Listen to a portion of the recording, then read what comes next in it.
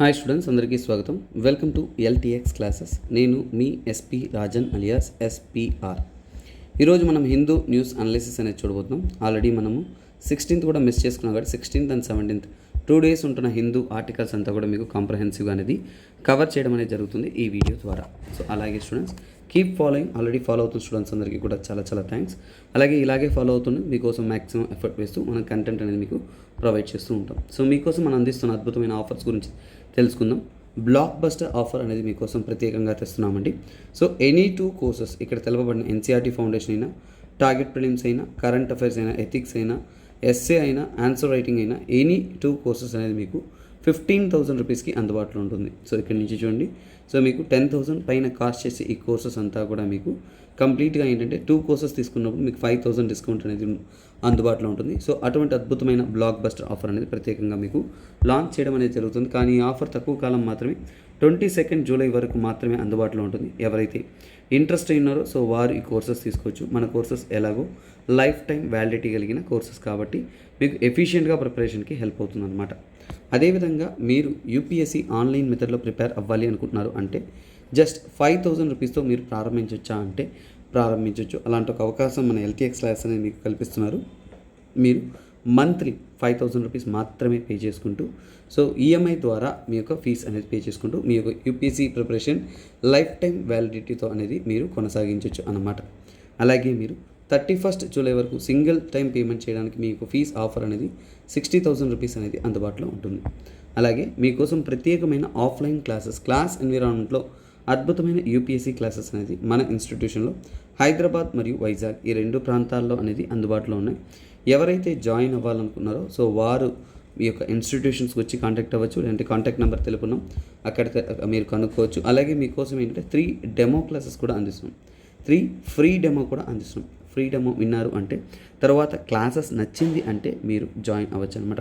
It's purely your choice అండి. ఇలాంటి ఒక స్టూడెంట్ ఫ్రెండ్లీ ఫ్లెక్సిబిలిటీ అనేది మనం అందిస్తున్నాం అన్నమాట. సో అలాగే మనం కంటెంట్లోకి వెళ్ళిపోదాం. సో కంటెంట్లోకి వెళ్ళిపోతామంటే సో ఇక చూడండి, సో ఇది first let start with 16th అండి. 16 చూడండి, నిన్నటి పేపర్ కవర్ చేయగలిగితే దాన్ని కూడా నేను కవర్ చేసినాను. 16th జూలై యొక్క కరెంట్ అఫైర్స్ ఇది. సో అక్కడి నుంచి కవర్ చేసుకుంటూ మొత్తం కూడా మనం కవర్ చేసుకుంటాం. G20 sherpa meets ends with hopes of joint declaration in September. So G20 అందరి యొక్క జాయింట్ డిక్లరేషన్ అనేది expected to be on September. So sherpa meeting అనేది ప్రస్తుతానికి కన్క్లూషన్ అనేది జరిగింది. సో ఇక్కడ మనం కొన్ని విషయాలు మనం తెలుసుకోవాలి.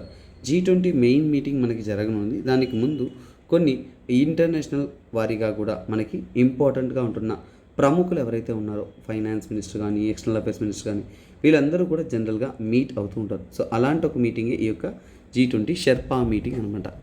సో ఇక్కడ చాలామందికి వచ్చే డౌట్ ఏంటంటే G20 Sherpa, first of all అంటే షెర్పా అంటే ఎవరో మీరు తెలుసుకోండి. అది చాలా చాలా ఇంపార్టెంట్. షెర్పా అంటే హిమాలయన్ ట్రైబల్ పీపుల్ మనకు తెలుసు. సో అది ఏంటంటే జనరల్ కొనటేషన్. అలా కాకుండా మనం పొలిటికల్గా షెర్పా అంటే దానికి మీనింగ్ వేరండి. పొలిటికల్గా షెర్పా అంటే ఎవరు అనేది మీరు జాగ్రత్తగా తెలుసుకోవాలి. ఇలాంటి టర్మ్స్ ఎగ్జామ్లో చాలా చాలా ఇంపార్టెంట్. ఇది ఏంటంటే రిప్రజెంటేటివ్ ఆఫ్ స్టేట్ చూడండి, representative. So representative of states, representative of state.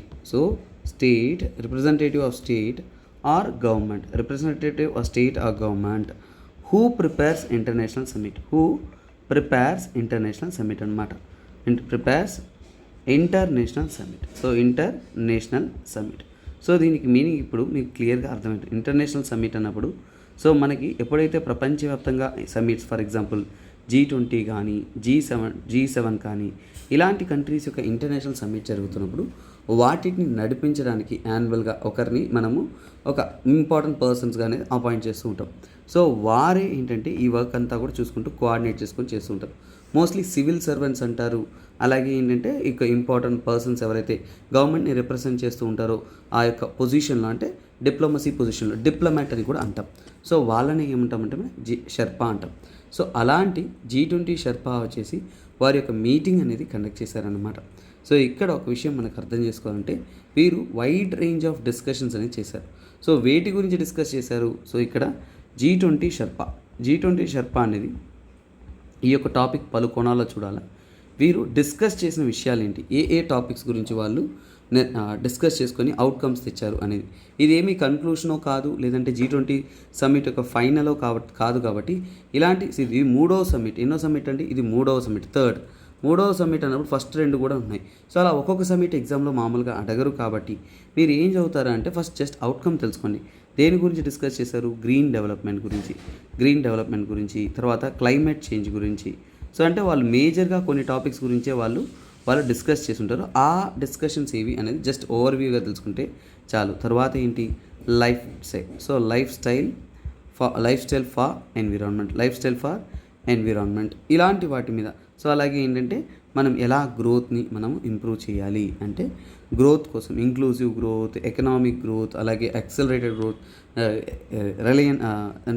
రెజైలెంట్ growth అంటాం. ఇలా గ్రోత్ని మనం పలు రకాలుగా డెవలప్ చేయడం, సస్టైనబుల్ డెవలప్మెంట్ గోల్స్ మనం ఎలా ఇంప్లిమెంట్ చేయాలి, ఇన్ఫ్రాస్ట్రక్చర్ని బిల్డ్ చేయాలి. సో అంటే ఏంటి మనకు మొత్తానికి ఏంటి wide range of approaches. So అన్ని మల్టీలేటరల్ ఇన్స్టిట్యూషన్స్ గురించి, అలాగే ఉమెన్ లెడ్ డెవలప్మెంట్స్ గురించి, మహిళలను మనం ఎలా డెవలప్ చేయాలి, వాళ్ళందరినీ కూడా ఎలా ఇంప్రూవ్ చేయాలి అనే వాటి గురించి వాళ్ళు డిస్కస్ చేశారనమాట. సో మొత్తానికి ఏంటంటే మల్టిపుల్ థింగ్స్. ఇక్కడ ఆర్ట్ అండ్ కల్చర్లో ఇంకా ఇంపార్టెంట్ అయిన విషయం ఏంటంటే ఇక్కడ చూడండి, మీకు అర్థమవుతుంది. సో ఇక్కడ చూడండి, the September summit came to close to Hampi. Officials said they are confident of being able to forge compromise between G7 countries and the Russia-China combine in order to hammer the joint declaration.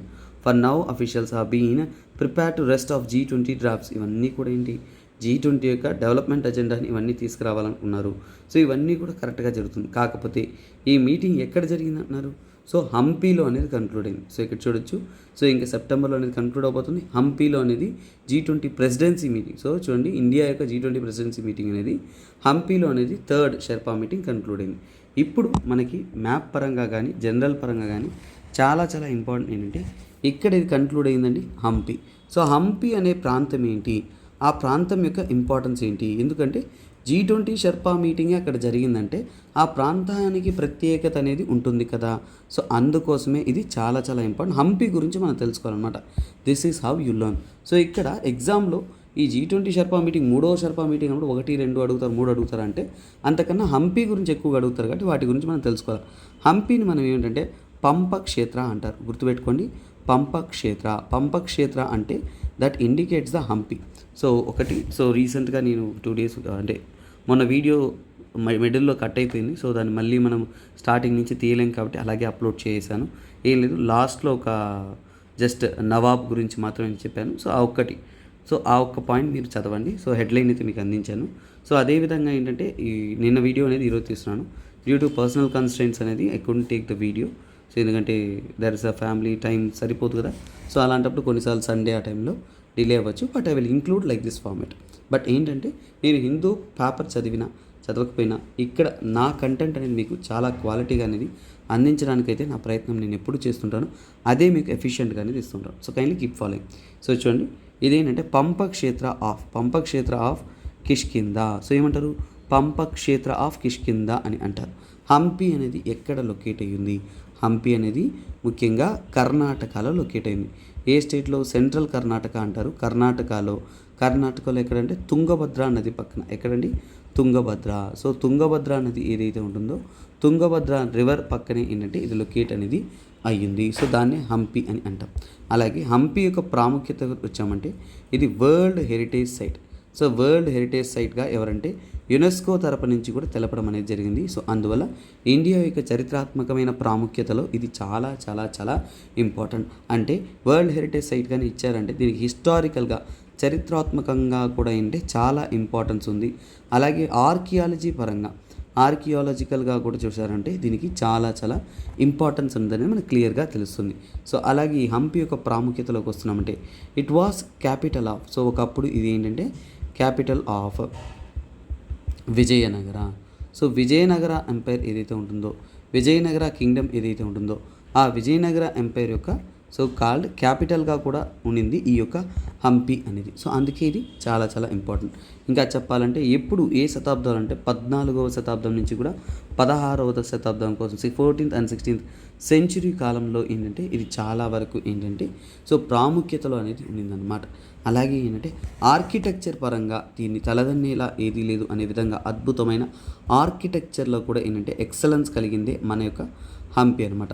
అంతలా architectural expression కానీ లేదంటే ఒక architectural superiority అనేది ఏం special అంటే ఇక్కడ చూడండి, మనకి చరిత్రాత్మకంగా ఎప్పుడో ఆ కాలంలో కట్టిన అద్భుతమైన టెంపుల్స్ చూడండి, చాలా చాలా చాలా గ్రాండ్ టెంపుల్స్ అనేది ఉన్నాయి. అది మాత్రమే కాదు, ఓల్డెన్ టైమ్స్లో కన్స్ట్రక్ట్ చేసిన అద్భుతమైన ప్యాలెసెస్ ఉన్నాయి. One of the famous heritage tourist places of India అని కూడా చెప్పచ్చు. అద్భుతమైన మార్కెట్ ప్లేసెస్ ఏవైతే ఓల్డెన్ టైమ్స్లో ఉంటున్న మార్కెట్ ప్లేస్, విజయనగర టైంలో ఉంటున్న మార్కెట్ ప్లేసెస్, ఇంకా అద్భుతమైన స్ట్రక్చర్స్. ఇంకా చెప్పాలి అంటే ఈ యొక్క హంపి అంటేనే మనకు గుర్తు రావాల్సిన కొన్ని ప్రముఖమైన ప్రామినెంట్ టెంపుల్స్ అనేది మనకు గుర్తు రావాలి. అందులో ఒక ముఖ్యమైనదంటే విరూపాక్ష టెంపుల్. సో మర్చిపోదు, విరూపాక్ష టెంపుల్ ఎక్కడ లొకేట్ అయిందంటే గుర్తుపెట్టుకోండి. విరూపాక్ష టెంపుల్ కానీ అలాగే విత్తల టెంపుల్ అంటారు, విత్తల స్వామి టెంపుల్, విత్తల టెంపుల్ అంటారు. సో విత్తల టెంపుల్ కాంప్లెక్స్ కూడా అక్కడే లొకేట్ అయింది.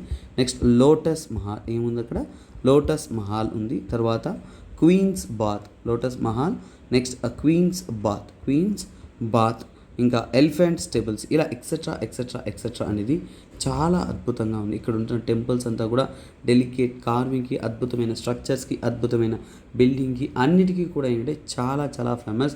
This is what the important style of this so called temple. అలాగే ఇక్కడ మనం చూస్తున్న హంపి కంటూ ఏంటంటే ఒక యూనిక్ ప్రాముఖ్యత ఉంది.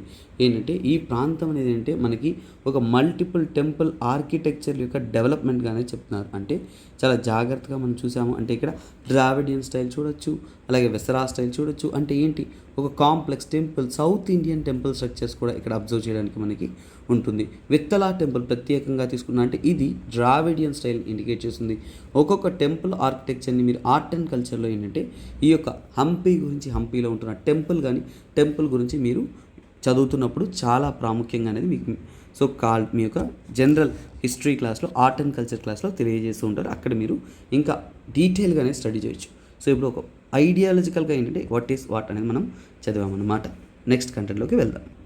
సో నెక్స్ట్ కరెంట్ అఫైర్స్ చూద్దాము. సో ఇక్కడ చూడండి, India and UAE set to use rupee దర్హం for trade. So మనం చాలా క్లియర్గా ఇంతకుముందు సెషన్స్ మీరు చూస్తున్నా అంటే ఇండియా ఫ్రాన్స్ విజిట్ మోడీ గారు వెళ్ళినప్పుడు ఆ ఇండియా ఫ్రాన్స్ రిలేషన్షిప్ నేర్చుకున్నాం.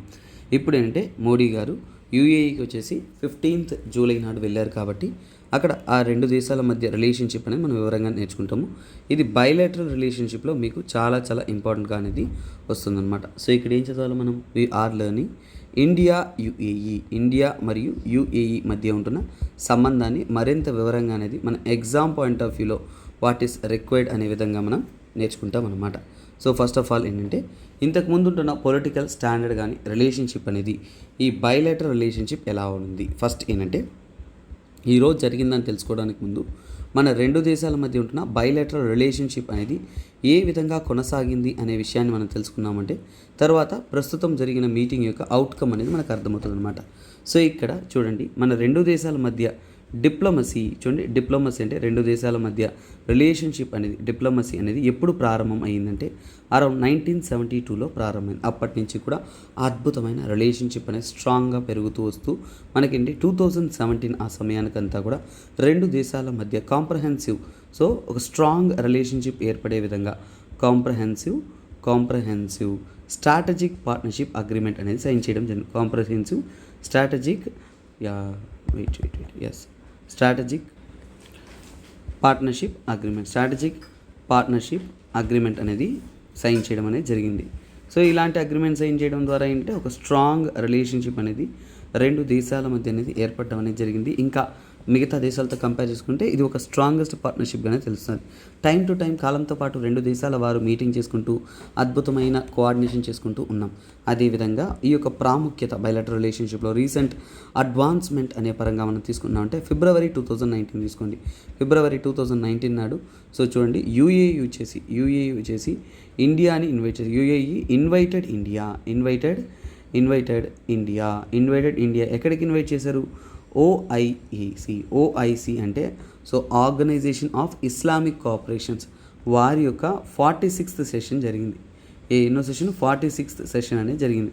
ఆ సెషన్కి ఏంటంటే మన ఇండియాని చాలా గౌరవనీయంగానే పిలిచిన్నారు. సో యూఏఈ ఇండియాని వచ్చేసి గెస్ట్ ఆఫ్ ఆనర్గా పిలిచారు. సో ఇది చాలా చాలా ఇంపార్టెంట్. ఎందుకంటే మనల్ని ఎంత ఇంపార్టెన్స్ ఇస్తుంటే గెస్ట్ ఆఫ్ ఆనర్గా వారు మనల్ని ఇన్వైట్ చేయించుంటారు అనేది మనకు అర్థమవుతుంది. సో అలాగే ఏంటంటే సో మన మోడీ గారు కూడా ఏంటంటే చూడండి అదే ఫిబ్రవరి టైంలోనే ఏంటంటే థర్డ్ విజిట్గా అనేది వెళ్ళారు. థర్డ్ విజిట్ టు యూఏఈ ఎప్పుడు ఆగస్ట్ 2019 నాడు మన మోడీ గారు అక్కడికి వెళ్ళారు. సో అలాగే వెళ్ళినప్పుడు ఏంటంటే మన మోడీ గారికి so third visit UAE August ఎవరు మోడీ గారు వారికి గౌరవిస్తూ ఏంటంటే ఒక బిరుదు అనేది ఇవ్వడం జరిగింది, order of Zayd. So order of Zayd అది హైయెస్ట్ సివిలియన్ బిరుదు అంటాం. హైయెస్ట్ సివిలియన్ బిరుదు మన మోడీ గారికి అనేది ఇచ్చారు. అదేవిధంగా సో తర్వాత తీసుకుంటున్నాము అంటే చూడండి అరౌండ్ ఏప్రిల్ 2019 కూడా ఏంటంటే చాలా ఇనిషియేటివ్స్ అనేది తీసుకుంటూ వచ్చారు. సో అదేవిధంగా ఏంటంటే జాన్ 2017లో ఇచ్చేసి సేమ్ టు సేమ్ యూఏఈ యొక్క క్రౌన్ ప్రిన్స్ వచ్చేసి మన ఇండియాకి విజిట్కి అది రిపబ్లిక్ డేకి వచ్చారు. అంటే క్రౌన్ ప్రిన్స్ వచ్చేసి ఇండియాకి వచ్చారు. సో ఎక్కడికి వచ్చారు? ఇండియన్ రిపబ్లిక్ డేకి వచ్చేసి వచ్చారు. ఇండియన్ రిపబ్లిక్ డే పెరేడ్కి గౌరవిస్తూ ఏంటంటే వాళ్ళని మనము పిలిచామన్నమాట, ఇన్వైట్ చేసామంట చనమంట. అందువల్ల ఏంటంటే ది కేమ్. సో ఇక్కడ ఏంటి ఇవన్నీ కూడా ఇంపార్టెంట్ థింగ్స్. అదేవిధంగా మనము తెలుసుకోవాల్సిన ఇంకా ఇంపార్టెంట్ థింగ్స్ ఏంటంటే చూడండి ఏప్రిల్ 2019లో సో ఇది మన రెండు దేశాల యొక్క ఒక స్ట్రాంగ్ రిలేషన్షిప్ని చూపిస్తుంది. చూడండి ఫస్ట్ ట్రెడిషనల్ హిందూ టెంపుల్ అనేది స్థాపించారు. ఏంటి first traditional Hindu temple. So first traditional Hindu temple అనేది ఎక్కడ స్థాపించారు? సో అది ఎక్కడంటే అబుదాబీలో. So this is one of the important initiative అనమాట. సో ఇవన్నీ ఏంటి ఫౌండేషన్ స్టోన్ అనేది అక్కడ వేశారు. సో అందుకే ఇది చాలా చాలా ఇంపార్టెంట్. తర్వాత తీసుకుంటున్నారు అంటే 2022లో చూడండి ఫిబ్రవరి 2022లో ఏంటంటే ఒక విర్చువల్ సమ్మిట్ అనేది జరిగింది. ఏం జరిగింది? విర్చువల్ సమ్మిట్ మన మోడీ గారికి అలాగే అక్కడ ఉంటున్న అబుదాబీకి చెందిన సో అక్కడ ఉంటున్న క్రౌన్ ప్రిన్స్కి మధ్య ఒక విర్చువల్ సమ్మిట్ అనేది జరిగిందనమాట. సో ఇవన్నీ కూడా ఏంటి చాలా విషయాలు చాలా అంశాల మీద డిస్కస్ చేశారు. సో ఈ విర్చువల్ సమ్మిట్ యొక్క ఇంపార్టెన్స్ ఏంటంటే ఈ విర్చువల్ సమ్మిట్ తర్వాత ఏంటంటే మనము మన రెండు దేశాల మధ్య రిలేషన్షిప్ని ఇంకా మరింత స్ట్రాంగర్గా అనేది చేసాం. అంటే మన యొక్క రిలేషన్షిప్ అనేది మరింత స్ట్రాంగర్గా అనేది అవ్వడం అనేది మనం డిస్కస్ చేసుకున్నాం అనమాట రెండు తరపు నుంచి కూడా. తర్వాత ఏంటంటే G20 ఇండియాలో జరగనుంది కదా. సో ఈ G20కి అంటే యూఏఈని మనము గెస్ట్ కంట్రీగా అనేది ఇన్వైట్ చేస్తున్నాం అనమాట. ఎలా ఇన్వైట్ చేసినాం? గెస్ట్ కంట్రీగా. సో మొత్తానికి ఏమర్థమవుతుంది? ఇవన్నీ కూడా ఏంటంటే మన రెండు దేశాల మధ్య ఇంతకుముందు వరకు జరుగుతున్న అద్భుతమైన రిలేషన్షిప్ని చెప్తుంది. తర్వాత ఇప్పుడు ఆ రిలేషన్షిప్ అనేది పలు సెక్టార్స్లో ఎలా జరుగుతుందో తెలుసుకుందాం. ట్రేడ్ పరంగా తీసుకున్నామంటే సో చూడండి ఒకప్పుడున్న ట్రేడ్ కన్నా కానీ ఇప్పుడు చాలా విపరీతమైన గ్రోత్ అనేది మనం చూడగలుగుతున్నాం. ఏం సార్ అంత పెద్ద గ్రోత్ అని తీసుకున్నామంటే మన రెండు దేశాల మధ్య ట్రేడ్ అంటే ఇండియా యుఏఈ ట్రేడ్ పరంగా తీసుకుంటే ఇండియా యుఏఈ మధ్య జరుగుతున్న ట్రేడ్ అనేది 85 సో చూడండి సుమారుగా ఏంటంటే $85 బిలియన్ అనేది తాకిందనమాట. $85 బిలియన్ తాకడం అనేది one of the beautiful thing. అంటే ఒక అద్భుతమైన ట్రేడ్ అనేది చూసుకోవచ్చు ఎప్పుడు 2022లో. సో అదేవిధంగా రెండు దేశాల మధ్య జరుగుతున్న ఈ ట్రేడ్ ఏదైతే ఉంటుందో ఈ ట్రేడ్ విషయంగా ఏంటంటే యూఏఈ వచ్చేసి మన ఇండియాకి చూడండి 2022 అండ్ 2023 ప్రస్తుత కాలానికి వచ్చేసి యూఏఈ చూడండి యూఏఈ అంటే యునైటెడ్ అరబ్ ఎమిరేట్స్ వచ్చేసి ఇండియాస్ థర్డ్ లార్జెస్ట్ పార్ట్నర్ అనమాట. మన ఇండియాకి థర్డ్ లార్జెస్ట్ పార్ట్నర్ ఎవరంటే యూఏఈ. మరి మన ఇండియా యూఏఈకి ఏంటో తెలియాలి కదా. సో అలాగే ఇండియాకి ఇంకొక పాయింట్ ఏంటంటే మనం ఎగుమతి చేస్తున్నప్పుడు ఇండియాస్ సెకండ్ లార్జెస్ట్ ఎక్స్పోర్ట్. అంటే మనం చాలా వరకు ఎగుమతి చేస్తున్నవన్నీ కూడా మనం రెండవ స్థానం ఏముంది మనకి యూఏఈ అనేది ఉంది. So second largest in export. So export పరంగా సెకండ్ లార్జెస్ట్ వచ్చేసి మనకి యూఏఈ. ఇలా మనం ఏంటంటే చాలా అద్భుతమైన ట్రేడ్ అనేది కొనసాగిస్తున్నాం. ట్రేడ్ పరంగా మన గవర్నమెంట్ స్టేట్మెంట్ ఏంటంటే సెప్టెంబర్ 2023 అంతా కూడా మన రెండు దేశాల మధ్య సెప్టెంబర్ 2023 ఏం జరగబోతుంది? G20 summit. మీరు ఈ యొక్క గెస్ట్ కంట్రీగా వస్తున్న సమయంలోగా మనం ఏంటి టార్గెట్ పెట్టుకున్నాం.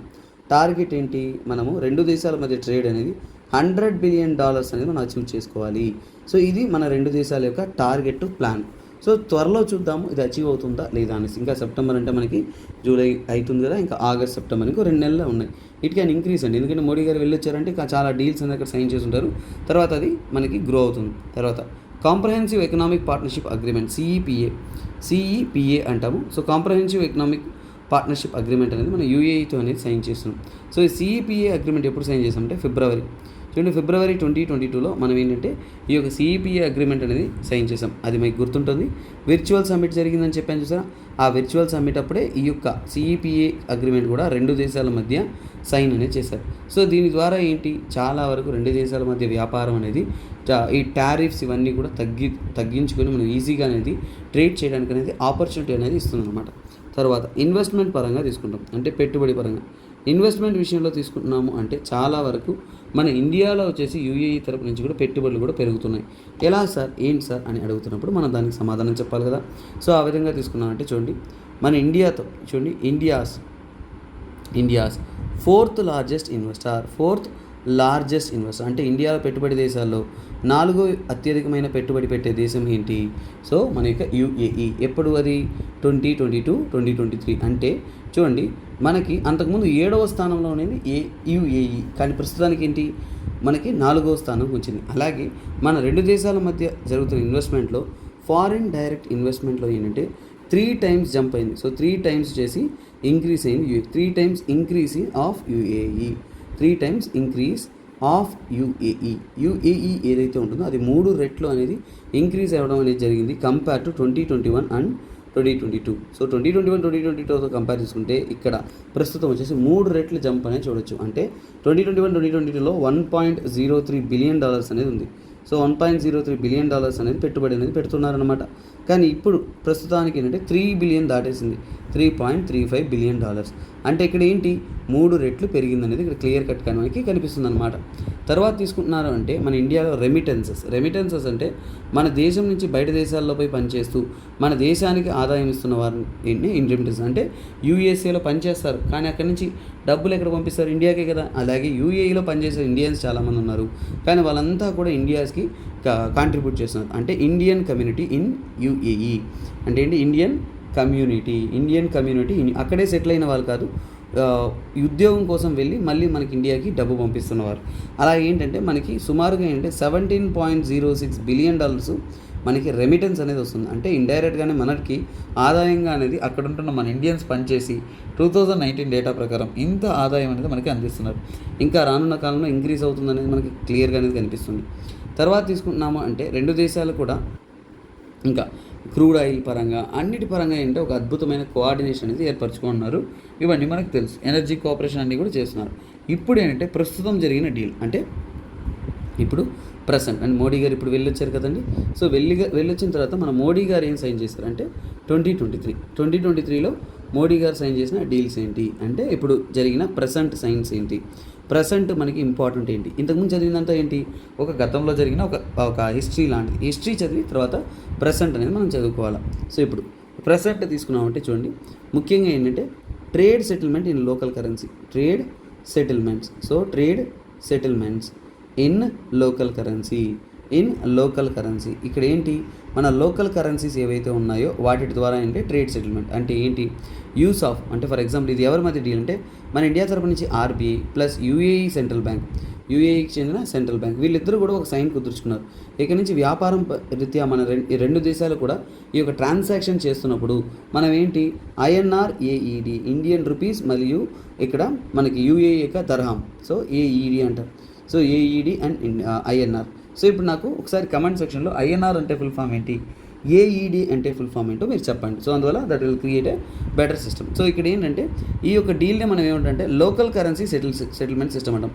లోకల్ కరెన్సీ సెటిల్మెంట్ సిస్టమ్ ఎందుకు అంత ఇంపార్టెంట్ అనేది క్లియర్గా చెప్తా చూడండి. ఇప్పుడు మనం ఏదైనా వ్యాపారం కానీ బయట దేశాలతో చేస్తున్నప్పుడు పేమెంట్స్ ఎలా చేస్తారంటే డాలర్స్తో చేస్తారు. డాలర్స్తో చేయాలన్నప్పుడు ఎఫ్డిఐ ఉండాలి, ఇవన్నీ కూడా. ఎప్పుడైతే మన ఇండియన్ కరెన్సీలో చేస్తున్నామో అప్పుడు ఏంటి మన ఇండియన్ కరెన్సీ యొక్క వాల్యూ అనేది పెరుగుతుంది. అలాగే రెండు దేశాల మధ్య స్ట్రాంగ్ రిలేషన్షిప్ అనేది మనకి ఇంక్రీజ్ అవుతుంది. ఇది ఒక ప్రెసెంట్ డీల్. తర్వాత ఇంకొక డీల్ ఏం సైన్ చేసుకున్నారు అంటే, సో ఇక్కడ తెలుసుకోవాలి అంటే, మన ఇండియాలో యూపీఐ తెలుసు, యూనిఫైడ్ పేమెంట్ సిస్టమ్ అనేది మనకు తెలుసు, యూనిఫైడ్ పేమెంట్స్ ఇంటర్ఫేస్ అనమాట.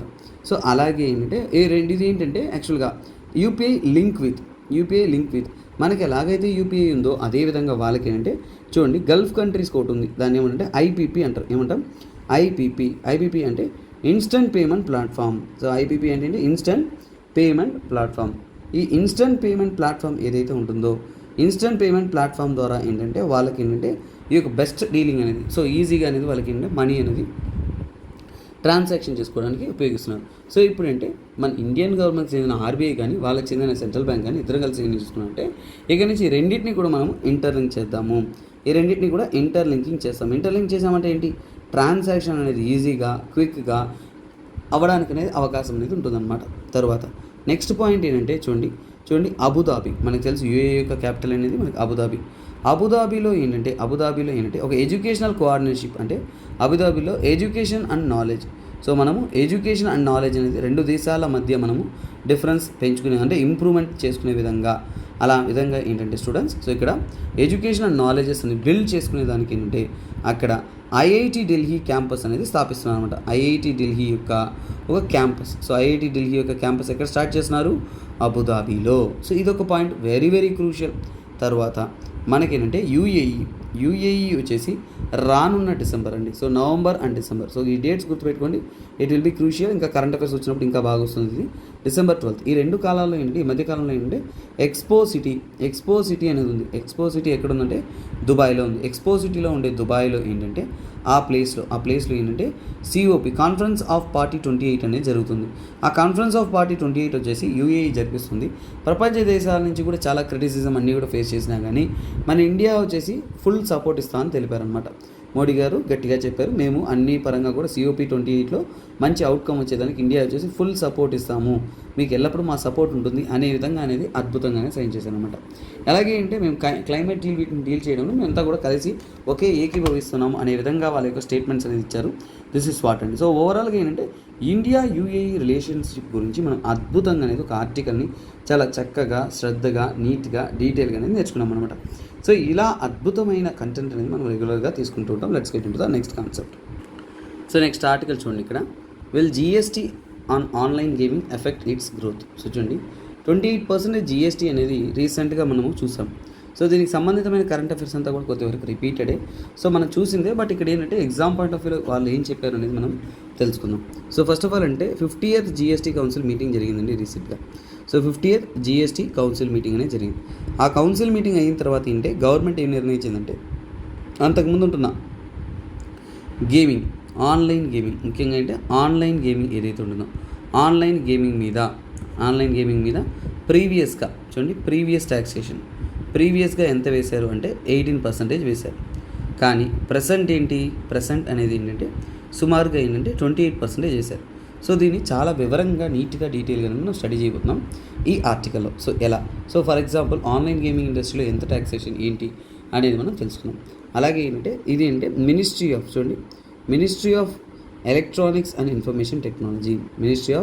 ఎలక్ట్రానిక్స్ అండ్ ఇన్ఫర్మేషన్ టెక్నాలజీ ఏదైతే ఉందో, సో వారు ఏంటంటే క్లియర్గా అనేది దీని గురించి తెలపడం అనేది జరిగిందనమాట. మనం ఎంత ఛార్జ్ చేస్తాము ఏంటి అని ఒక రూల్ బుక్ లాగా. సో అలాగే ఏంటంటే ఈ మధ్య కాలంలో ఏంటంటే ఈ యొక్క సో కాల్డ్ ఇంటర్నెట్ సెక్టార్ ఏదైతే ఉందో, ఇంటర్నెట్ గేమింగ్ సెక్టార్ ఏదైతే ఉంటుందో చాలా చాలా విపరీతంగా గ్రో అవుతుంది.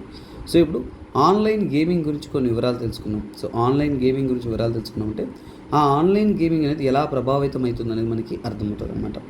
ఆన్లైన్ గేమింగ్ అనేది గవర్నమెంట్ ఎస్టిమేషన్ ప్రకారం 2025 అంతా కూడా $5 బిలియన్ రీచ్ అవుతుంది అనమాట. ఎంత రీచ్ అవుతుందండి?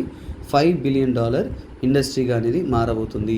$5 బిలియన్ ఇండస్ట్రీగా అనేది అయిపోతుంది ఈ యొక్క ఆన్లైన్ గేమింగ్ ఇండస్ట్రీ అన్నమాట. సో అలాగే ఏంటంటే ఈ ఆన్లైన్ గేమింగ్ ఇండస్ట్రీ అంటే ఏంటి? ఫస్ట్ $5 బిలియన్ అవబోతుందని చెప్తున్నారు. అలాగే వాళ్ళు చెప్తున్నారంటే 2022లో మాత్రమే ఏంటంటే 10,000 crores దాకా రెవెన్యూ వచ్చిందని చెప్తున్నారు. 10,000 కోట్లు రెవెన్యూ అనేది మనకి ఆన్లైన్ గేమింగ్ ద్వారా వచ్చిందని చెప్తున్నారు. ఇప్పుడు మనం అర్థం చేసుకోవాలంటే, సార్ ఈ ఆన్లైన్ గేమింగ్ ఏం సార్ ఇంతెంత ఆదాయం ఇస్తుంది, మేమేనా సార్ ఇచ్చేదంటే మీరేనండి. ముఖ్యంగా ఈ ఏదైనా కానీ ఆన్లైన్ స్పోర్ట్స్ ఏదైనా ఉంటే కానీ, తర్వాత ఫ్యాంటసీ స్పోర్ట్స్ ఉన్నా కానీ, సో ఇంకా చెప్పాలంటే దానికి ఉదాహరణ చెప్పాలంటే రమ్మీ. సో ఆన్లైన్ రమ్మీ ఆడండి, గెలుచుకోండి, ₹1,00,000 ₹1,00,00,000. మన పుల్లయ్య సో ఒక కారు కొన్నాను. సో ఇలా ఊరికి అడ్వర్టైజ్మెంట్ చేసి మిమ్మల్ని అలా మభ్యపరుస్తూ ఉంటారు. అంటే ఇంకా ఇంట్రెస్ట్ ఇచ్చేలాగా Dream11 మీరు ఆడండి, ₹100 పెడితే ₹1000 గెలుచుకోండి. ఇవన్నీ ఏంటి, ఒక గ్యాంబ్లింగ్ లాంటివి. Dream11 కానీ ఇంకా ఎక్సెట్రా రమ్మీ ఎక్సెట్రా ఇలాంటి గేమ్స్ మనం ఏమంటాం, ఆన్లైన్ గేమింగ్ అంటాం. సో ఆన్లైన్ గేమింగ్లో ఎలా డబ్బులు వస్తాయి సార్ అంటే చూడండి, యూసర్ ఉంటారు. యూసర్ ఏం చేస్తారు, డిపాజిట్ చేస్తారు. డిపాజిట్ క్యాష్ అంటే ఎంతో కొంత అమౌంట్ అనేది తను క్యాష్ అనేది వేయాలి.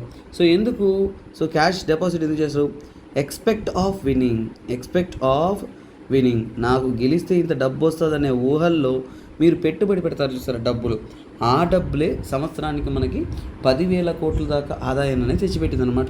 సార్ 10,000 కోట్లు వాళ్ళకి 2022లోనే అంటే మేము గెలుస్తామని కట్టే డబ్బులు మాకు ఇలా వస్తుందా, మరి మాకు గెలిచే డబ్బులు ఎలా ఇస్తారు సార్, ఏంటి సార్, అలాగే గవర్నమెంట్కి ఎలా వారు కడతారు సార్ అనేది మనకి డౌట్ వస్తుంది. అలాగే ట్యాక్సేషన్ ఎలా పనిచేస్తుంది సార్ అనే విషయాలు కూడా మనకి డౌట్ వస్తుంది. సో వాటన్నిటిని కూడా మనం చదువుదాం. సో ఫస్ట్ ఆఫ్ ఆల్ అంటే ట్యాక్సేషన్, ఈ యొక్క GST యొక్క ట్యాక్సేషన్ అనేది ఎలా వర్క్ అవుతుంది, లేదంటే ఆన్లైన్ గేమింగ్ యొక్క ట్యాక్సేషన్ అనేది ఎలా వర్క్ అవుతుంది. సో ఎప్పుడు కూడా ఒక గేమింగ్ ప్లాట్ఫామ్ ఉందనుకోండి, ఒక గేమింగ్ ప్లాట్ఫామ్ అనేది ఉంటుంది. సో ఎప్పుడు కూడా ఒక గేమింగ్ ప్లాట్ఫామ్ ఉందంటే దానికి ఏముంటుంది, ప్రతి ఒక్క చోట ఏంటంటే మనం ఎంట్రీ లెవెల్లో ఫీజు పే చేస్తాం. సో ఫస్ట్ ఇనీషియల్గా మనం గుర్తుపెట్టుకోవాల్సింది ఏంటి, మనం ఎంట్రీలో సో ఏమంటాం మనం ఎంట్రీ ఫీజ్ అంటే ఏంటి, మీరు ఆ గేమింగ్లో లాగిన్ అవ్వగానే గేమ్ ఆడాలన్నా సరే, ఏ చేయాలన్నా సరే, యూసర్ వచ్చేసి ఒక గేమ్లో పార్టిసిపేట్ చేయాలంటే మీకు ఏమి ఇస్తారు, ఎంట్రీ ఫీజు కడితేనే కదా మనకి ఇస్తారు. సో దాన్నే ఏమిటంటే మనము సో అక్కడి నుంచి కడుతున్న డబ్బులు. తర్వాత ఇక్కడ ఏంటంటే మనం చాలా జాగ్రత్తగా వినాల్సింది అంటే ఈ డబ్బులు ఏదైతే కడతారో ఈ డబ్బులు పూర్తిగా మనం ఆదాయంలో తీసుకోమండి. ఈ మనీ అంతా కూడా ఇన్కమ్ కాదు, నాట్ ఇన్కమ్. సో మరి ఏంటి సార్ ఇన్కమ్, సో ఎంట్రీ ఫీజులో చూడండి, ఎంట్రీ ఫీజులో ఎప్పుడు కూడా కొంత శాతం అంటే ఏంటి, కొంత పార్ట్ అది ఎంత ఉంటుందంటే, ఫర్ ఎగ్జాంపుల్ ఆపరేటర్ అక్కడ అమౌంట్ని బట్టి ఉంటుంది. అంటే certain amount. So certain amount అనేది ఏంటి, సో సర్టైన్ అమౌంట్ని వచ్చేసి తను ఏంటంటే మొత్తం అంతా కూడా ఏంటంటే గేమింగ్ గ్రాస్ రెవెన్యూగానే తీసుకుంటారు, అంటే ఆదాయంగా అనేది తీసుకుంటారు అనమాట. అంటే ఏంటి, ఓవరాల్ ప్లాట్ఫామ్ రన్ అవ్వడానికి, ఆ ప్లాట్ఫామ్ మెయింటెనెన్స్కి, దానికి అయ్యే ఖర్చుకి ఆ సర్టైన్ అమౌంట్ని ఏం చేస్తాడు, గ్రాస్ గేమింగ్ రెవెన్యూగా చూపిస్తాడు. ఏంటి, గ్రాస్ గేమింగ్ రెవెన్యూ అంటే మనకు వచ్చే ఆదాయంగా అనేది చూపిస్తాడు అనమాట. GGR gross gaming revenue. So ఇలా చూపించిన ఆదాయం ఏదైతే ఉంటుందో, సో ఈ ఆదాయాన్ని బట్టి సో చూడండి, గ్రాస్ గేమింగ్ రెవెన్యూ ఏదైతే ఉంటుందో ఈ ఆదాయాన్ని బట్టి అంటే మనకి అక్కడ సో కాల్డ్ ట్రాన్సాక్షన్స్ అంతా కూడా జరుగుతుంది. సో ఇది ఎలా అర్థమవుతుందో మీకు చెప్తా చూడండి. మనకి ₹100 ఏంటిది ఎంట్రీ ఫీజ్. చూడండి, నేను ఒక గేమింగ్లో జాయిన్ అవుతున్నాను, నాకు ఎంట్రీ ఫీజ్ అనేది ₹100. ₹100లో వచ్చేసి ₹20 అంటే 20% ఏంటంటే GGRగా అనేది కేటాయిస్తాం. మిగతా ₹80 ఏమవుతుంది సార్, మిగతా ₹80 అనేది ప్రైజ్ పూల్. అంటే మీరు గెలుచుకుంటారని చెప్తారు చూసారా, ఆ ప్రైజ్ పూల్కి మీరు గెలిచే డబ్బులు, మీరంతా కట్టే డబ్బుల మీదే వాళ్ళు గెలిచే డబ్బులు ఇస్తారు. సో ఇక్కడ ఏంటంటే ప్రైజ్ పూల్గా ఇస్తారు. ఈ ప్రైజ్ పూల్ అంటే ఇది విన్నర్ అంటే గెలిచే అతనికి ఇస్తారు. విన్నర్ అయిన తర్వాత ఏంటంటే అతనికి TDS అక్కడ ట్యాక్స్ డెవల్యూషన్ అనేది మళ్ళీ చేస్తారనమాట. TDS అనేది 30% తీసేసుకుంటారు. అంటే మీరు ₹1,00,000 గెలుచుకుంటున్నారు అంటే దాంట్లో ఖచ్చితంగా 30,000 అనేది డిడక్టింగ్ అనేది చేస్తారు, ఎవరికి, గెలిచిన వారికి అనమాట. సో ఈ విధంగా ఏంటంటే మనకి ట్యాక్సేషన్ జరుగుతుంది. సో ఇక్కడ గవర్నమెంట్ ఎక్కడ ట్యాక్స్ వేస్తుంది, GGR మీద ట్యాక్స్ వేస్తుంది. అంటే గవర్నమెంట్ అనేది GGR పైన ట్యాక్స్ వేస్తుంది. అంటే మనకు వచ్చిన గ్రాస్ గేమింగ్ రెవెన్యూ ఏదైతే ఉంటుందో వాటి మీద ట్యాక్సేషన్ ఇస్తారు. సో ఫర్ ఎగ్జాంపుల్ ఇప్పుడు తీసుకుందాం. సో నాకు GGR వచ్చేసి 20 అంటే నాకు మొత్తం ఆదాయం ఎంత, 500 వచ్చిందంటే నాకు GGR 100 వస్తుంది. సో ఇప్పుడు నాకు GGR వచ్చేసి ₹100 వచ్చింది అనుకో, నా GGR ₹100 వచ్చింది. ₹100లో ప్రస్తుతం ఇండియన్ ట్యాక్సేషన్ ఎలా నడుస్తుందో చూద్దాం. ఇండియాస్ పాస్ట్ ట్యాక్సేషన్, పాస్ట్ అంటే ఇంతకు ముందు దాకా ఎలా నడిచింది. ₹100లో అంటే మనకి GST ఎంత అండి, ₹18. సో GST ఎంత తీసుకుంటారు, ₹18 తీసుకుంటారు. అంటే ఏంటి, సో మనకేంటి 18% అనేది GST తీసుకుంటారు. సో ₹100కి ₹18. కాకపోతే ఇక్కడ GGR 20 కదా, ₹20కి ఎంత కడతారు మీరు, ₹3.6 మాత్రమే గవర్నమెంట్ కట్టేవాళ్ళనమాట. సో ట్విస్ట్ చూడండి, ఇంతకుముందు ₹100 మీరు ఎంట్రీ ఫీజు కడుతున్నారు అనుకోండి, ఆ ఎంట్రీ ఫీజులో మీకేంటి ₹3.6 అనేది మీకు తీసుకుంటారనమాట. సో అంటే GGRలో ఏంటంటే ₹100 మనకి రూ. 100 మీరు కట్టారు అంటే ఎంట్రీ ఫీజుగా, గవర్నమెంట్కి వెళ్ళే పన్ను ఏంటి 3.6% మాత్రమే. మళ్ళీ ఏంటంటే రూ. 80 కూడా మీరు ఏదైనా విన్నింగ్ అలా చేసుకున్నప్పుడు దాంట్లో నుంచి టీడీఎస్ డెవల్యూషన్ కూడా మనకి పోతుందన్నమాట. సో ఇది ఇంతకుముందు వరకు. సరే, ఇప్పుడు ప్రెసెంట్ చేసిన మార్పులో ఏమవుతుంది, ప్రెసెంట్ చేసిన మార్పులో మనకు వస్తున్న ఆదాయం ఏంటి.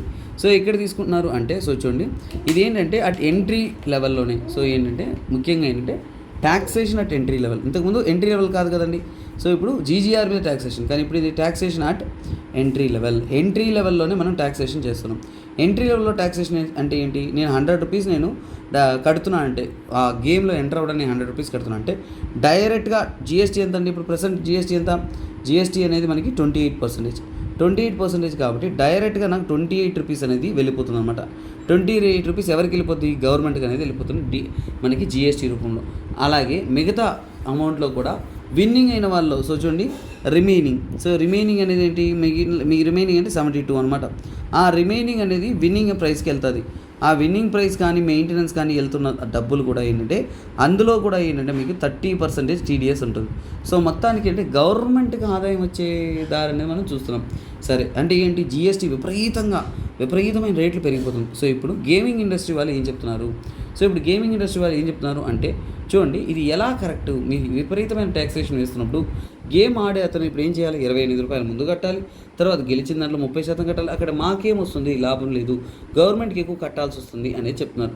అలాగే ఏంటంటే ఇప్పుడు సో ఇఫ్ హై ట్యాక్సేషన్ ఎక్కువగా ట్యాక్సేషన్ వేసాము అంటే అప్పుడు ప్లేయర్స్ ఏమవుతారు, ప్లేయర్స్ అంటే గేమర్స్, అంటే గేమ్ ఆడేవాళ్ళు ఏంటంటే మన ఇండియన్ సో కాల్డ్ లీగల్గా మన ఇండియాలో రిజిస్టర్ అయిన వాళ్ళే కదా ట్యాక్సేషన్ కడతారు, అంటే ఫారిన్ వాటికి కట్టరు కదా. అంటే ఇప్పుడు గేమర్స్ అంతా ఏం చేస్తారు, ఈ యొక్క జీఎస్టీ కానీ ఎంట్రీ ఫీజుని ఎగ్గడం కోసం ఆఫ్ షోర్ అంటే మన ఇండియా కాని ప్లాట్ఫామ్స్ ఏదైతే ఉన్నాయో ఆఫ్ షోర్ కానీ, లేదంటే ఇల్లిజిటిమేట్. సో ఏమంటాం, ఇల్లిజిటిమేట్ అంటే ఏంటి, సో అంటే లీగల్ కానీ ఇల్లిజిటిమేట్ ప్లాట్ఫామ్స్ ఏవైతే ఉన్నాయో, లీగల్ కానీ ప్లాట్ఫామ్స్ ఏవైతే ఉన్నాయో అలాంటి ప్లాట్ఫామ్స్లో ఏంటంటే సో వారు ఏంటంటే జాయిన్ అవుతారు. సో అప్పుడు ఏంటి, మనకున్న వాల్యూ పడిపోతుంది అనేది వారు వాస్తవంగానే చెప్తున్నారు అనమాట. సో ఇప్పుడు మళ్ళీ ఏంటంటే ఇప్పుడు గేమింగ్ ఇండస్ట్రీ అనేది తప్పుదారి పడుతుంది అనేది వాళ్ళు చెప్పారు. అలాగే మన ఇండియాలో ఏంటంటే ఇలాంటి వాటిని చూడడానికి ఏంటంటే ఇంటర్నెట్. సో చూడండి, internet and mobile association of India అనేది ఉంది. ఈ మొబైల్ అసోసియేషన్ ఆఫ్ ఇండియా ఏదైతే ఉంటుందో వారు కూడా వాళ్ళు కొద్దిగా నెగటివిటీ అనేది తెలపడం అనేది జరిగింది.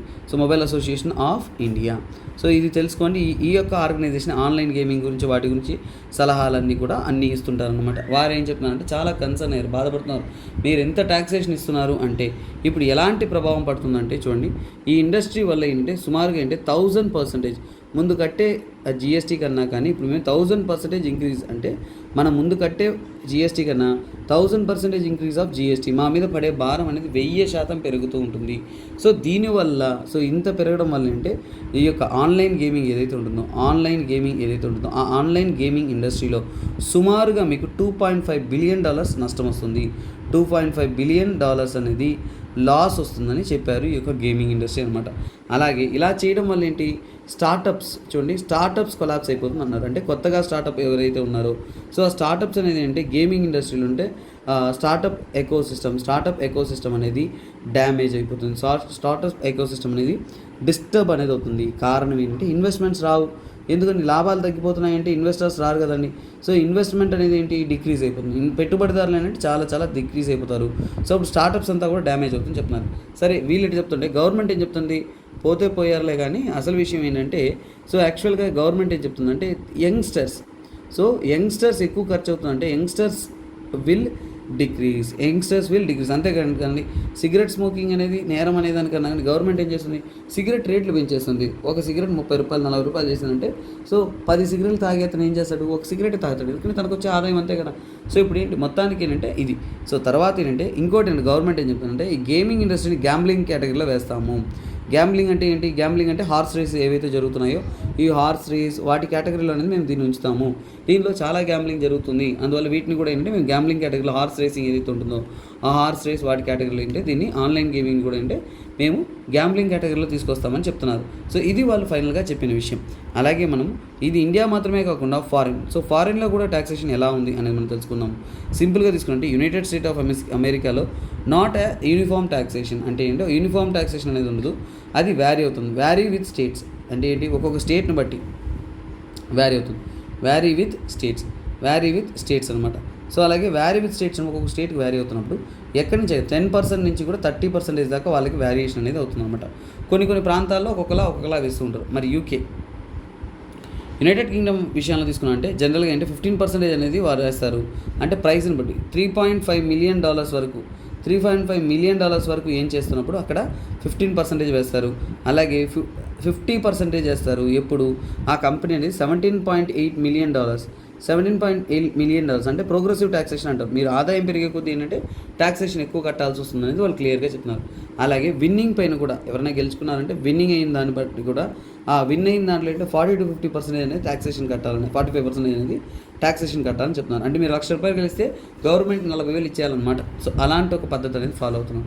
ఇదే విధంగా యూరోపియన్ యూనియన్లో కూడా తీసుకున్నట్టే EU కూడా ఏంటంటే ప్రోగ్రెసివ్ ట్యాక్సేషన్ లాగంటే 15 to 20% నుంచి కూడా 20% ట్యాక్సేషన్ నుంచి కూడా 15 to 50% వరకు ట్యాక్సేషన్ వేస్తున్నారు. సో అక్కడ వస్తున్న ఆదాయాన్ని బట్టి, లాభాన్ని బట్టి, సిచ్యువేషన్ బట్టి అంటే వాళ్ళు క్లియర్ కట్గా అనేది తెలిపేశారు. సో ఈ విధంగా మేము ట్యాక్సేషన్ అనేది వేయనున్నామని. సో ఇది ఆన్లైన్ ట్యాక్సేషన్లో జరుగుతున్న మార్పులు, చేర్పులు, మనకి ఏది ప్రాముఖ్యం అనేది మనం ఇక్కడ క్లియర్గా అనేది అర్థం చేసుకున్నాం. తర్వాత నెక్స్ట్ ఆర్టికల్ చూద్దామండి. సో ఇది one of the important article చెప్పొచ్చు. Unethical to continue the use of oral vaccines. చూడండి, పోలియో కాసింగ్ ఓరల్ వ్యాక్సిన్, పోలియోని మనం నిర్మూలించడానికి ఒకప్పుడు పోలియో చుక్కలు ఎలా వేస్తారు, మీకు నోట్లు అనేది వేస్తూ ఉన్నారు. సో దాన్నే ఓరల్ వ్యాక్సిన్స్ అంటాము. సో ఈ కరెంట్ అఫైర్స్ చూడండి, చాలా క్రిటికల్ అండి. సో ఇక్కడ ఒక విషయం అర్థం చేసుకోవాలి. ఓరల్ వ్యాక్సిన్ అంటే మనకి నోట్లో పోలియో చుక్కలు వేస్తారు చూసారా, అది. సో ఇప్పుడు మనం ఏం అర్థం చేసుకోవాలంటే 1988లో, సో చూడండి ఇవన్నీ కూడా ఏంటంటే మీకు సైన్స్ అండ్ టెక్నాలజీలో వస్తుంది, గవర్నెన్స్లోనే వస్తుంది. GS పేపర్ 3లో వస్తుంది. తర్వాత గవర్నమెంట్ రిలేటెడ్గా వస్తున్నప్పుడు GS పేపర్ 2లో కూడా వస్తుంది. సో ఇక 1988లో ఏంటంటే వరల్డ్ హెల్త్ అసెంబ్లీ జరిగింది. ఏం జరిగింది? వరల్డ్ హెల్త్ అసెంబ్లీ అనేది జరిగింది. ఈ వరల్డ్ హెల్త్ అసెంబ్లీ ఏదైతే జరిగిందో, ఈ వరల్డ్ హెల్త్ అసెంబ్లీలో అందరూ ఒక విషయం నిర్ణయించుకున్నారు. ఏం నిర్ణయించుకున్నారు? మేము 2000 కంతా కూడా ఏంటంటే సో పోలియో ఎరాడికేట్ చేస్తాం, పోలియో అనేది ప్రపంచంలోనే లేకుండా ఎరాడికేట్ అనేది చేస్తామని చెప్పారు. సో ఎరాడికేట్ చేయడానికి వాళ్ళు తీసుకొచ్చిన ఒక అబ్జెక్టివ్తో వాళ్ళు తీసుకొచ్చిన సిస్టమ్ ఏంటంటే, సో చూడండి ముఖ్యంగా ఏంటంటే వ్యాక్సినేషన్ అనమాట. ఓరల్ వ్యాక్సినేషన్ అంటే నోట్లో పోలియో డ్రాప్స్ వేస్తారు చూసారా, అలాంటి. కాకపోతే ఇక్కడ ఏంటంటే 2000 ఇయర్లోగా ఏంటంటే వైల్డ్ పోలియో వైరస్ని ఎరాడికేట్ చేస్తామన్న వారికి కొత్త సమస్య అనేది వచ్చింది. ఏంటంటే చూడండి, వ్యాక్సిన్ వేయడం వల్ల ఏంటంటే 2 రకాల మనకి ఇంపాక్ట్ అనేది వస్తుంది. అంటే ఏంటి, 2 రకాల కొత్త పోలియో అనేది డెవలప్ అవ్వడం జరిగింది. అది ఏంటి, వ్యాక్సిన్ డిరైవ్డ్, ఏమంటాం మనం, vaccine derived. So vaccine derived polio virus అనమాట. సో ఇది ఏంటంటే వ్యాక్సిన్ వేయడం వల్ల ఏంటంటే మనకి VDPV అంటారు, ఇలాంటి కేసెస్ అనేది నమోదవడం ఎక్కువైందనమాట. అంటే వ్యాక్సిన్ వేయడం వల్ల కూడా ఏంటంటే పోలియో వైరస్ రావచ్చు. ఇది కొత్త తరహాలో డెవలప్ అవ్వడం జరిగింది. అలాగే ఇంకొకటి ఏంటి, వ్యాక్సిన్ అసోసియేటెడ్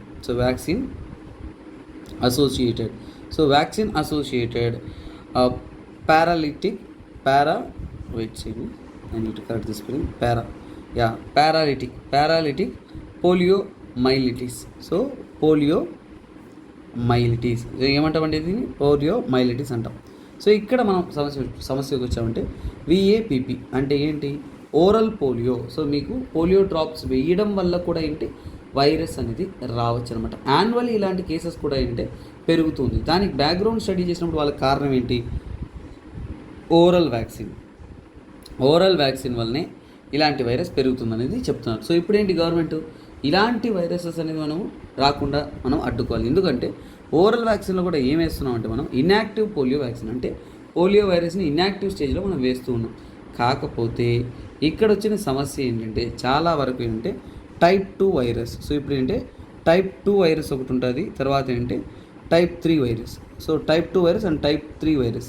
టైప్ 2 వైరస్ అనేది ఎందుకంటే ముఖ్యంగా టైప్ 2 వైరస్ వచ్చేసి మీకు VDPV, vaccine derived polio virus అనేది కారకం అనేది అవుతుంది. సో సుమారుగా ఏంటంటే చాలా వరకు మనకి వస్తున్న కేసెస్లో ఏంటంటే చూడండి సో 90% చూడండి, 90% కేసు వచ్చేసి VDPVAనే మనకి టైప్ 2 వైరస్ కాజ్ చేయడానికి కారణంగా అనేది ఉంటుంది. అలాగే అంటే VAP వైరస్ అనేది చాలా చాలా తక్కువగా అనేది ఉంటుంది. సో అంటే చాలా వరకు అంటే VAPP, so vaccine associated paralytic and poliomyelitis ఏదైతే ఉంటుందో VAPP యొక్క కేసెస్ అనేది వెరీ లెస్గా ఉంది. వెరీ లెస్ అంటే ఇగ్నోరబుల్, ఇంతవరకు అంటే చాలా చాలా తక్కువ కేసెస్ అని, కానీ వచ్చే అవకాశాలు ఉన్నాయి కానీ తక్కువ కేసెస్ ఉన్నాయనేది క్లియర్గా చెప్పారు. సో ఇక్కడ వరకు వాళ్ళు చెప్పిందంతా కూడా రైట్. కాకపోతే ఏంటి ఇక్కడ నేను చెప్తున్నా అంటే గ్లోబల్ పోలియో ఎరాడికేషన్, సో ఏంటిది global polio eradication initiative, global polio eradication initiative ద్వారా అంటే ఎలాగైనా సరే ఇలాంటి కేసెస్ అనేది మనము నిర్మూలించాలి. ఇలాంటి వ్యాక్సిన్ వేయడం వల్ల వస్తున్నది అనేది కరెక్ట్ కాదు, అన్ఎథికల్. దాన్ని ఎలాగైనా సరే మనం అడ్డుకోవాలని నిర్ణయించుకున్నాం. సరే, ఇండియా విషయానికి వచ్చారంటే ఇది ఇంకా ఉల్టా ఉంది. ఇండియాలో ఏంటంటే చూడండి, సో ఈవెన్ VAPP అంటే ఏంటి, వ్యాక్సిన్ అసోసియేట్ ఇది ఏదైతే ఉంటుందో పోలియో వైరస్ ఏదైతే కాస్ అవుతుందో ఇది గవర్నమెంట్ అనేది ఏంటి దీన్ని పోలియోగానే డిసిగ్నేట్, గవర్నమెంట్ చూడండి, government did not designate as అంటే దీన్ని పోలియోగానే మన గవర్నమెంట్ అనేది గుర్తించట్లేదు అనమాట. డిజిగ్నేట్ యాజ్ పోలియో అంటే ఇలాంటి వైరస్ వల్ల ఎఫెక్ట్ అయినా కానీ అది పోలియోతో సమానం కాదు అనేది గవర్నమెంట్ అనేది తేల్చి చెప్పేసింది అనమాట. సార్ దీనివల్ల ఏంటి సార్ అంటే ఇప్పుడు ఏంటి, ఒకవేళ మీకు ఓరల్ పోలియో వేయడం వల్లే మీకు పోలియో వచ్చినా సరే అది మన గవర్నమెంట్ ప్రకారం పోలియో కేసు అనేది కన్సిడర్ చేయడం లేదు. కానీ రీసెంట్ టైంలో ఇలాంటి కేసెస్ ఇంక్రీజ్ అవ్వడం అబ్జర్వ్ చేశారు. Recent increase in such cases రీసెంట్గా ఇలాంటి కేసెస్ అనేది ఇంక్రీజ్ అవుతూ ఉన్నాయి. ఇది కరెక్ట్ కాదు, అన్ఎథికల్. ఇలాంటి వాటిని మనం అడ్డుకోవాలి అనే దాన్ని ఈ ఆర్టికల్ ద్వారా మీకు తెలపడం అనేది జరిగింది. సో ఎక్స్పర్ట్ అపీల్ ఏంటి, ఎక్స్పర్ట్స్ ఏం చెప్తున్నారు, for achieving zero incidences of polio by 2000, so GEPA should have transition from IPV into లో అండ్ మిడిల్ ఇన్కమ్ కంట్రీస్. చాలా వరకు ఓరల్ పోలియో వ్యాక్సిన్ నిర్మూలించేసి IPV కానీ ఇతర వ్యాక్సిన్ ఏదైతే ఉన్నాయి వాటిలోకి గవర్నమెంట్స్ అనేది మూవ్ ఆన్ అయి ఉండాలి. ఇంకా కూడా ఇదే పద్ధతిని సో చూడండి, ఒకప్పుడు చూడండి, సో గ్రాండ్గా ఏదో ఒక వెల్కమ్ చేసుకుంటూ లీడర్లు వాళ్ళంతా చేసి పోలియో చుక్కలు వేసి అంతా కూడా ఓపెనింగ్ అనేది చేస్తుంటారు. సో కాకపోతే దీనివల్లనే వైరస్ అవుతుంది, దీనివల్ల ఎఫెక్ట్ అవుతుంది మనకి ఇక్కడ అర్థమవుతుంది అనమాట. So next article simple article అండి. ఆయుష్మాన్ భారత్ అనేది ఆరోగ్యకరమైన మన దేశాన్ని అందించడం కోసం ఆయుష్మాన్ భారత్ ప్రధానమంత్రి. సో ఇక్కడ చూడొచ్చు ఈ ఆర్టికల్ ఏంటంటే సింపుల్ ఇచ్చి చదివేస్తే అయిపోతుంది, సపరేట్ రాయాల్సిన. ఆయుష్మాన్ భారత్ ప్రధానమంత్రి జన్ ఆరోగ్య యోజన PMJAY, ఈ యోజన ద్వారా ఏంటంటే యాంటీ ఫ్రాడ్ డ్రైవ్ అంటే ఏంటంటే చాలా వరకు హెల్త్ పరంగా తీసుకున్నప్పుడు ఫ్రాడ్స్ అనేది చాలా వరకు జరుగుతుంది. సుమారుగా 9.5 crores వరకు ఏంటంటే పెనాల్టీ మనీ ఎవరైతే ఫ్రాడ్ చేశారో వాళ్ళ దగ్గర నుంచి కలెక్ట్ చేయడం అనేది జరిగింది. ముఖ్యంగా ఏంటంటే మన ఇండియాలో 5.3 lakhs ఆయుష్మాన్ కార్డ్స్ అనేది ఇవ్వడం జరిగింది.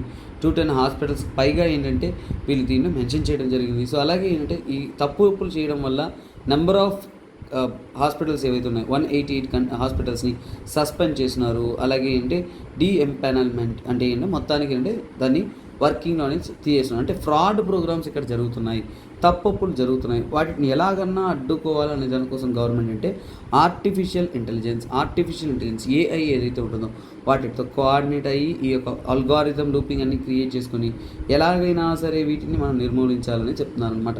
సో దీని ద్వారా ఏంటంటే నేషనల్ హెల్త్ అథారిటీ ఏం చేస్తుందంటే ప్రజలందరికీ కూడా మనం ఫ్రాడ్ లేని సర్వీసెస్ అందించగలిగితేనే కరెక్ట్ అయిన మనీ అనేది వాళ్ళకి రీచ్ అవుతుంది. దానికోసం ఏంటంటే national anti fraud unit NAFU వారు ఏంటంటే చూడండి was created by national health authority తరపు నుంచి కూడా కొత్త ఒక యూనిట్ క్రియేట్ చేశారు. దాని పేరేంటి, నేషనల్ యాంటీ ఫ్రాడ్ యూనిట్. ఒక విషయం గుర్తుపెట్టుకోండి, చాలామంది ఈ ఆప్షన్ ఒకవేళ ఎగ్జామ్లో వచ్చిందంటే నేషనల్ యాంటీ ఫ్రాడ్ యూనిట్ అంటే మనం ఇతర ఏదైనా ఆన్సర్కి వెళ్తాం. ఎవరో కూడా ఇక్కడ హెల్త్ డిపార్ట్మెంట్ సంబంధితమైంది, నేషనల్ హెల్త్ అథారిటీకి సంబంధించమైంది అని మనం రాయమనమాట. ఇది కామన్గా అందరు చేసే మిస్టేక్. సో అందువల్ల అలాంటి మిస్టేక్ చేసేయకండి. ఇలాంటి టర్మ్స్ని మీరు చాలా జాగ్రత్తగానే నేర్చుకోవాలన్నమాట. So if you understand this concept then that is done and dusted, simple. So ఇక్కడికి ఏంటి మనకి అర్థమైపోయింది అనమాట. సో ఇలాంటి వాటిని అడ్డుకోవడం వల్ల అంటే మనకి హెల్త్ ఇష్యూ వల్ల ఏంటంటే వస్తున్నాయి, హెల్త్ కార్డ్స్ కానీ బెనిఫిట్స్ వల్ల అంటే చాలా అమౌంట్స్ మనం సేవ్ చేసే అవకాశం అనేది క్లియర్గా చెప్పడం అనేది జరిగిందనమాట. ఓకే స్టూడెంట్స్, ఈ ఆర్టికల్స్ అనేది అంటే 17th అంటే ఈ రోజుది. సో అంటే ఈ రోజు అంటే this is for 17th July.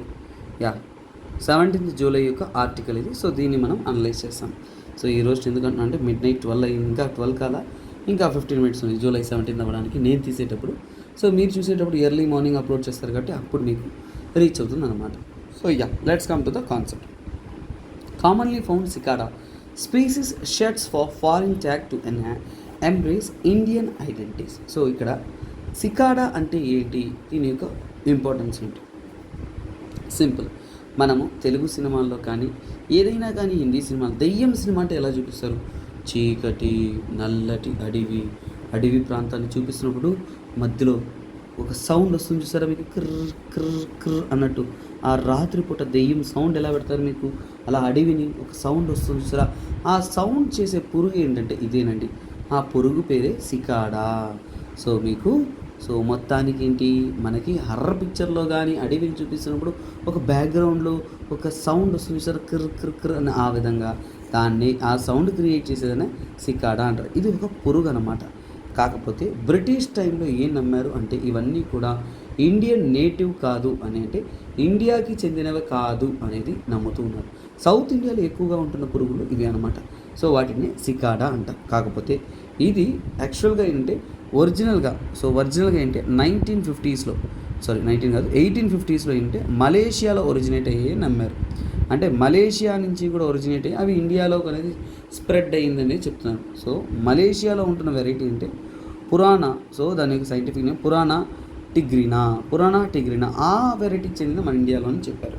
కానీ లేదు, ఇప్పుడు ఏంటంటే లేదు, ఇన్సెక్ట్ స్పీసీస్ అనేది మన ఇండియాకి చెందింది అనేది ప్రూవ్ చేశారనమాట. అంటే ఈ యొక్క మలేషియన్ స్పీసీస్ వేరు, ఇండియాకి చెందిన వేరు. సో ఇప్పుడంటే సౌత్ ఇండియాకి చెందిన యూనిక్ వెరైటీ ఆఫ్ సికాడాస్ అనేది సౌత్ ఇండియాకి చెందిన సికాడా ఫౌనా అనేది చెప్తున్నారు. అంటే మన ఇండియాకి చెందిన సౌత్ ఇండియాకి చెందిన సికాడా ఫౌనా, ఎందుకంటే ఈ సౌత్ ఇండియాలో ఎక్కువగా అనేది చూస్తూ ఉంది కాబట్టి ఇది ప్రూవ్ అనేది చేశారనమాట. సో అలాగే ప్రూవ్ చేసిన తర్వాత పేరు పెట్టాలి కదా. ఆ పేరు ఏంటంటే చూడండి, పురాణా చీవీడు.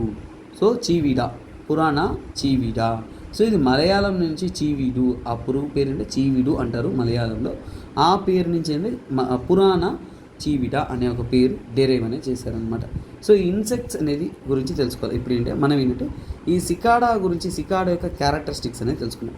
ఇలాంటివన్నీ కూడా మీ బుక్స్లో రావు, అందుకని ఇక్కడే వివరంగా నేర్చుకుంటే మంచిదని చెప్తాను. ఎందుకంటే బుక్స్లో రాని విషయాలు ఎగ్జామ్లో వచ్చినప్పుడు మనం అస్సలు రాయలేము.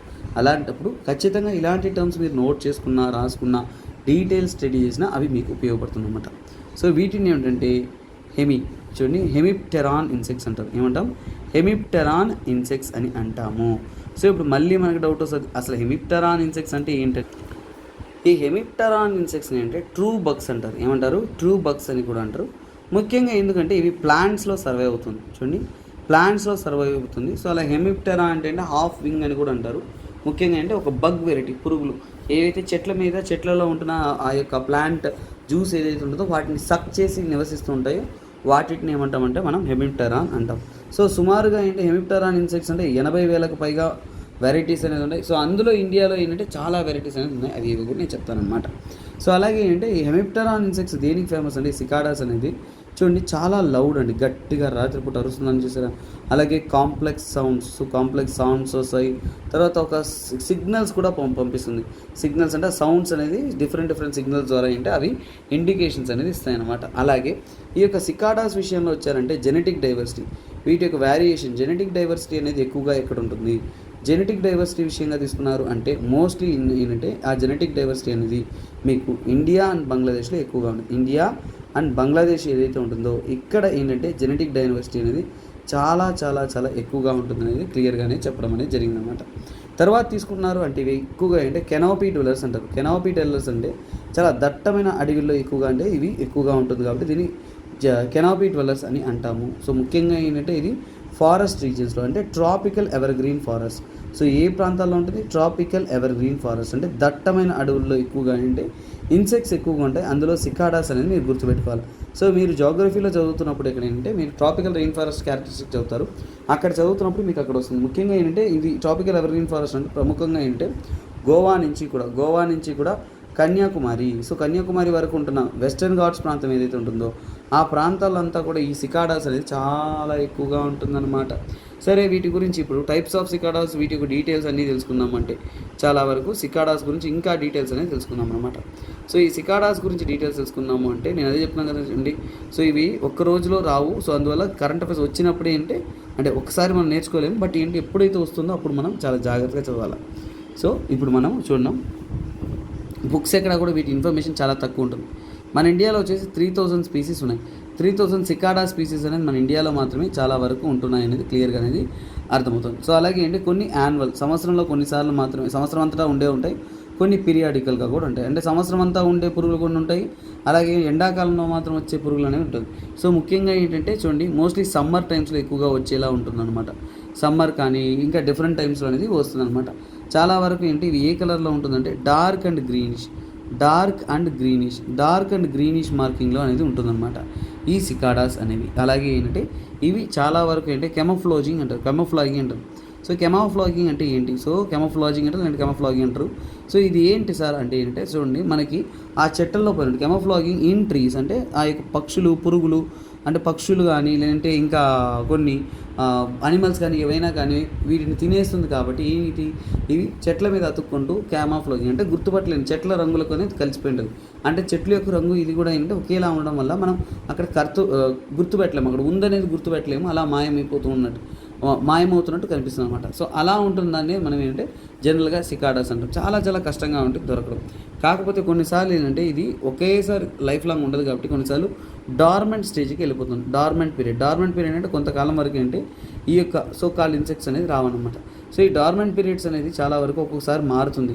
ఈవెన్ 13 to 17 ఇయర్స్ వరకు కూడా చూడండి డార్మెంట్ పీరియడ్ వెళ్ళే సికాడాస్ అనేది ఉన్నాయన్నమాట. సరే, ఇప్పుడు సికాడాస్ యొక్క బెనిఫిట్స్ ఏంటి? అసలు ఉన్నాయి సికాడాస్, కానీ వాటి వల్ల ఉపయోగాలు ఏంటి, ప్రయోజనాలు ఏంటి మనం తెలుసుకున్నామంటే, ప్రయోజనాల గురించి వచ్చామంటే చూడండి ఇవి చాలా వరకు ఏంటంటే సో ఏరేట్ ద సాయిల్. సో చూడండి ఏరేట్ ద సాయిల్ ఇవి ఖచ్చితంగా ఏంటంటే సాయిల్లో దాగుంటుంది కాబట్టి, మట్టిలో ఉంటుంది కాబట్టి ఆ సాయిల్ని ఇది చాలా వరకు ఏరేట్ అవుతుంది. అలాగే డై. సో ఎప్పుడైనా చనిపోయింది అనుకోండి, సో చనిపోయిన తర్వాత డైస్. సో ఇక్కడ చూడండి ఇఫ్ ఇట్ డై, ఇది చనిపోయింది అనుకోండి, చనిపోయిన తర్వాత ఏమవుతుంది, నైట్రోజన్ అనేది సప్లై అవుతుంది. Nitrogen to ground. So nitrogen to ground అంటే ఇవి చనిపోయిన తర్వాత ఏంటంటే మన గ్రౌండ్లో ఏంటంటే నైట్రోజన్ సప్లై అవుతుంది. సో అది గ్రోయింగ్ ట్రీస్కి హెల్ప్ అవుతుంది. అంటే పెరిగే చెట్లకంతా కూడా నైట్రోజన్ అనేది సప్లై అనేది సికాడాస్ వల్ల అందుబాటులో అనేది ఉంటుంది. అలాగే చాలా వరకు మెచ్యూర్ ట్రీస్లో ఉంటుంది కాబట్టి వీటికంటూ యూనిక్ వాల్యూ అనేది ఉందనేది క్లియర్గా చెప్తున్నారు. ఇది ఈ ఆర్టికల్ సికాడా అంటే ఏంటి, దాని యొక్క బ్యాక్గ్రౌండ్ స్టడీ. ఎందుకు ఒక్కొక్క ఆర్టికల్లో కొన్ని విషయాలు మాత్రం బ్యాక్గ్రౌండ్ స్టడీ చేస్తామంటే ఇలాంటివి మీకు న్యూస్లో రాదు, అలాగే ఇవి రిపీటెడ్ ఆర్టికల్స్ కాదు. సో అందువలన ఏంటంటే we don't go far it. So రెగ్యులర్గా ఫాలో అవుతూ రెగ్యులర్గా మీరు నోట్స్ ఫాలో అవుతున్నా ఏది రిపీటెడ్ ఆర్టికల్ ఎక్కడ రిపీట్ అవుతుందో మీకు అర్థమవుతుంది. నేను రిపీటెడ్ ఆర్టికల్ మోస్ట్లీ ఏంటంటే ఐ వోంట్ టేక్ క్లాస్. ఎందుకంటే చూడండి మనకుంటున్న ఒక ప్రిస్క్రైబ్డ్ స్పాన్ ఆఫ్ టైంలో రిపీటెడ్ కన్నా కానీ కొత్త ఆర్టికల్స్కి టైం స్పెండ్ చేయాలి కాబట్టి వాటి మీద మనం కాన్సన్ట్రేట్ చేస్తాం. ఒక ఆర్టికల్ వచ్చినప్పుడు మనం ఇప్పుడు ఇండియా యూఏ ఇక్కడ చెప్పాను, సో మళ్ళీ నేను రేపు క్లాస్లో వస్తుంది అప్పుడు చెప్తానా అంటే చెప్పను. ఏదైనా ఇంపార్టెంట్ ఎలిమెంట్ ఏదైనా ఉంటే ఆ ఎలిమెంట్ మాత్రం మీకు వివరిస్తాను. సో రెగ్యులర్గా ఫాలో అయ్యే స్టూడెంట్స్కి ఇది క్లియర్గా అర్థమవుతుంది. You can take a look. అందుకనే మీకు పీడిఎఫ్స్ అనేది మీకు టెలిగ్రామ్లో సప్లై చేస్తున్నాం కాబట్టి వాటిని కూడా ఏంటంటే మీరు చాలా జాగ్రత్తగా ఫాలో అవుతూ వస్తున్నప్పుడు ప్రిపరేషన్ అనేది క్వాలిటేటివ్గా అనేది మారిపోతుంది అనమాట. సో ఓకే గైస్, సో ఇక్కడ చూడండి చైనాలో జరిగిన ఒక ఈవెంట్ అనేది మనకి ఇండియాకి చెందిన ఓన్లీ ఏప్ వెరైటీ మీద కన్సర్న్స్ అనేది తెలియజేసింది. సో ఈ ఓన్లీ ఏప్ వెరైటీ ఏంటి, చైనాలో జరిగిన ఈ మీటింగ్ ఏంటి, ఈ రెండు విషయాలు మనం తెలుసుకోవాలన్నమాట. సో ఇక్కడ ఈ విషయం ఏంటంటే ఫస్ట్ ఆఫ్ ఆల్ అంటే మనం తెలుసుకోవాలంటే ఆ ఏప్ వెరైటీ యొక్క పేరు తెలుసుకోవాలి. హూలోక్ గిబాన్ గురించే మనం నేర్చుకోబోతున్నాం. ఈ హూలోక్ గిబాన్ గురించి నేర్చుకోవడానికి ముందు ఫస్ట్ ఆఫ్ ఆల్ అంటే ఈ ఈవెంట్ స్టోరీ ఏంటో మనం తెలుసుకుందాం. సో ఫస్ట్ ఆఫ్ ఆల్ ఏంటంటే ఇక్కడ చూడండి చైనాలో వచ్చేసి రీసెంట్గా అనేసి ఈ గిబాన్స్ గురించి ఏంటంటే దాన్ని కాపాడడం కోసం, దాని యొక్క కన్జర్వేషన్ స్టేటస్ కోసం ఏంటంటే ఒక మీటింగ్ అనేది కండక్ట్ చేస్తున్నారు. సో అలాగే గిబాన్ అనేది ఒక smallest and fastest apes. So apes అన్నింటిలో ఉన్న వాటిలో చాలా స్మాలెస్ట్గా ఉండేది ఇది, వేగంగా ఉండేది ఈ గిబాన్ అన్నమాట. ఇది చాలా వరకు ట్రాపికల్ అండ్ సబ్ ట్రాపికల్ ఫారెస్ట్లో ఎక్కువగా ఉంటుంది. సౌత్ ఈస్టర్న్ పార్ట్ ఆఫ్ ఏషియాలో ఎక్కువగానే మనం చూడొచ్చు అనమాట. సో ఇది ఇండియాలో ఎక్కడ ఎక్కువగా ఉంటుందంటే నార్త్ ఈస్ట్ ప్రాంతంలో మాత్రమే చాలా ఎక్కువగా ఉంటుంది. ప్రపంచం అంతటా కూడా ఒక 20 గిబాన్ వెరైటీలు ఉంటే అందులో నార్త్ ఈస్ట్లో ఒకే ఒక వెరైటీ అనేది ఉంటుందన్నమాట. అంటే ఇండియాలో ఉంటున్న ఏకైక ఏప్ వెరైటీ అంటే హ్యూమన్ ప్రిమిటివ్స్ అంటారు. అంటే మనిషి పుట్టింది కోతి నుంచి అంటారు కదా, ఏప్స్ నుంచి అంటాం. సో ఎందుకంటే వాటికి హ్యూమన్స్ ఎలా ఇంటెలిజెన్స్ ఉందో అలా మల్టిపుల్ ఇంటెలిజెన్స్ అనేది ఉంటుంది. అవన్నీ మనం తెలుసుకుంటాం. సో వీటి యొక్క పాపులేషన్, హూలోక్ గిబాన్స్ యొక్క పాపులేషన్ ఇండియాలో సుమారుగా 12,000 దాకా ఉన్నాయనేది ఎస్టిమేషన్స్ అనేది చెప్తున్నారు. చాలా వరకు ఇవన్నీ కూడా ఎక్స్ట్రీమ్లీ ఇంటెలిజెన్స్గా, మనిషికి ఎంత తెలివి ఉంటుందో అంతే తెలివితో, అలాగే వాటికంటూ డిస్టింక్టివ్ పర్సనాలిటీస్తో, ఒక ఫ్యామిలీ బాండింగ్తో ఉంటుందనేది చెప్తున్నారు అనమాట. కానీ ప్రస్తుతం ఉంటున్న పరిస్థితుల్లో ప్రపంచవ్యాప్తంగా కూడా చాలా వరకు అంతరించిపోవడానికి దగ్గరలో ఉంటుంది ఈ యొక్క గిబాన్ స్పీసీస్ అనేది. 1900 నుంచి ఇప్పటి వరకు కంట్రిబ్యూట్ చేసిందంటే వాటి యొక్క పాపులేషన్ అనేది విపరీతంగా తగ్గిపోతూ వస్తుందని చెప్తున్నారు, చాలా వరకు తక్కువగా అయిపోతుందని చెప్తున్నారు. అలాంటి వాటిని కాపాడడం కోసమే గ్లోబల్ గిబాన్ నెట్వర్క్, గుర్తుపెట్టుకోండి. సో ఇది మొట్టమొదటి మీటింగ్, ఎప్పుడైనా కానీ మొట్టమొదటిసారి ఒక అనిమల్ స్పీసీస్ని కాపాడడం కోసం ఒక మీటింగ్ కండక్ట్ చేశారంటే మీకు ఎగ్జామ్లో అది చాలా క్రూషియల్, చాలా ఇంపార్టెంట్. ఇది మర్చిపోవద్దు, ఎగ్జామ్లో అడిగే అవకాశం ఉంది.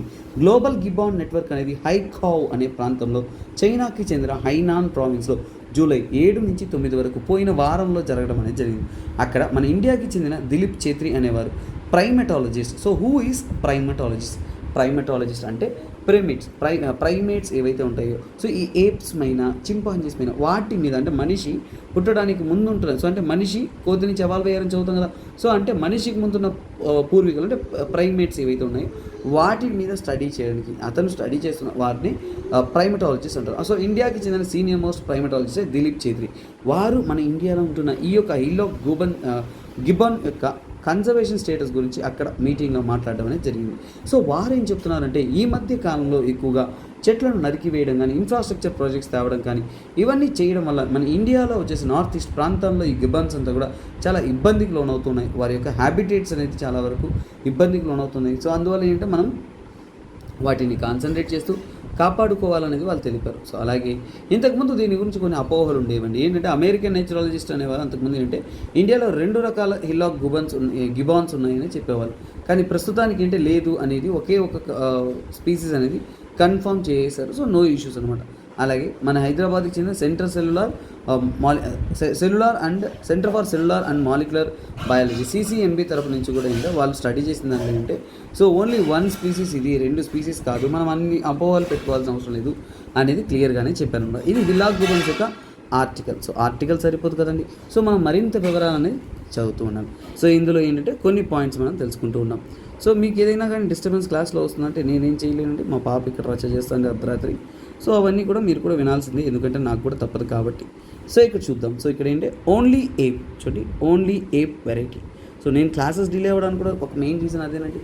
So very young girl, so very అంటే 1 year అలా చిన్న పాప కాబట్టి నాకు క్లాసెస్ తీసుకోవడమే ఒక టఫ్ షెడ్యూల్గా పోతుంటుంది. But still I'm managing to provide a quality content so for you. So ఇలా మనం ఇంకా చూస్తూ ఉందాం. సో ఓన్లీ ఏప్ వెరైటీ అని చెప్తాం, అంటే మన ఇండియాలో ఉంటున్న ఏప్ వెరైటీ. ముఖ్యంగా హిల్ ఆఫ్ గిబాన్ అనేది ఎక్కడంతా ఉంది, సౌత్ ఈస్ట్ ఏషియా అన్నింటిలో కూడా, అంటే ఆ దేశాల్లో అంటే బంగ్లాదేశ్లో, నార్త్ ఈస్ట్ ఇండియాలో, మన ఇండియాలో ఎక్కడుంది, నార్త్ ఈస్ట్లో ఎక్కువగా ఉంది. తర్వాత ఏంటి మ్యాన్మార్, సో మ్యాన్మార్, ఇంకా చైనాలో సౌత్ ఈస్ట్ చైనా భాగం ఎక్కడైతే ఉంటుందో అక్కడంతా కూడా ఈ ప్రాంతానికి చెందింది ఇది. సో చాలా వరకు ఇప్పుడే ఒక పాయింట్ చెప్పాను కాబట్టి ఆ పాయింట్ రాసేసుకుందామా.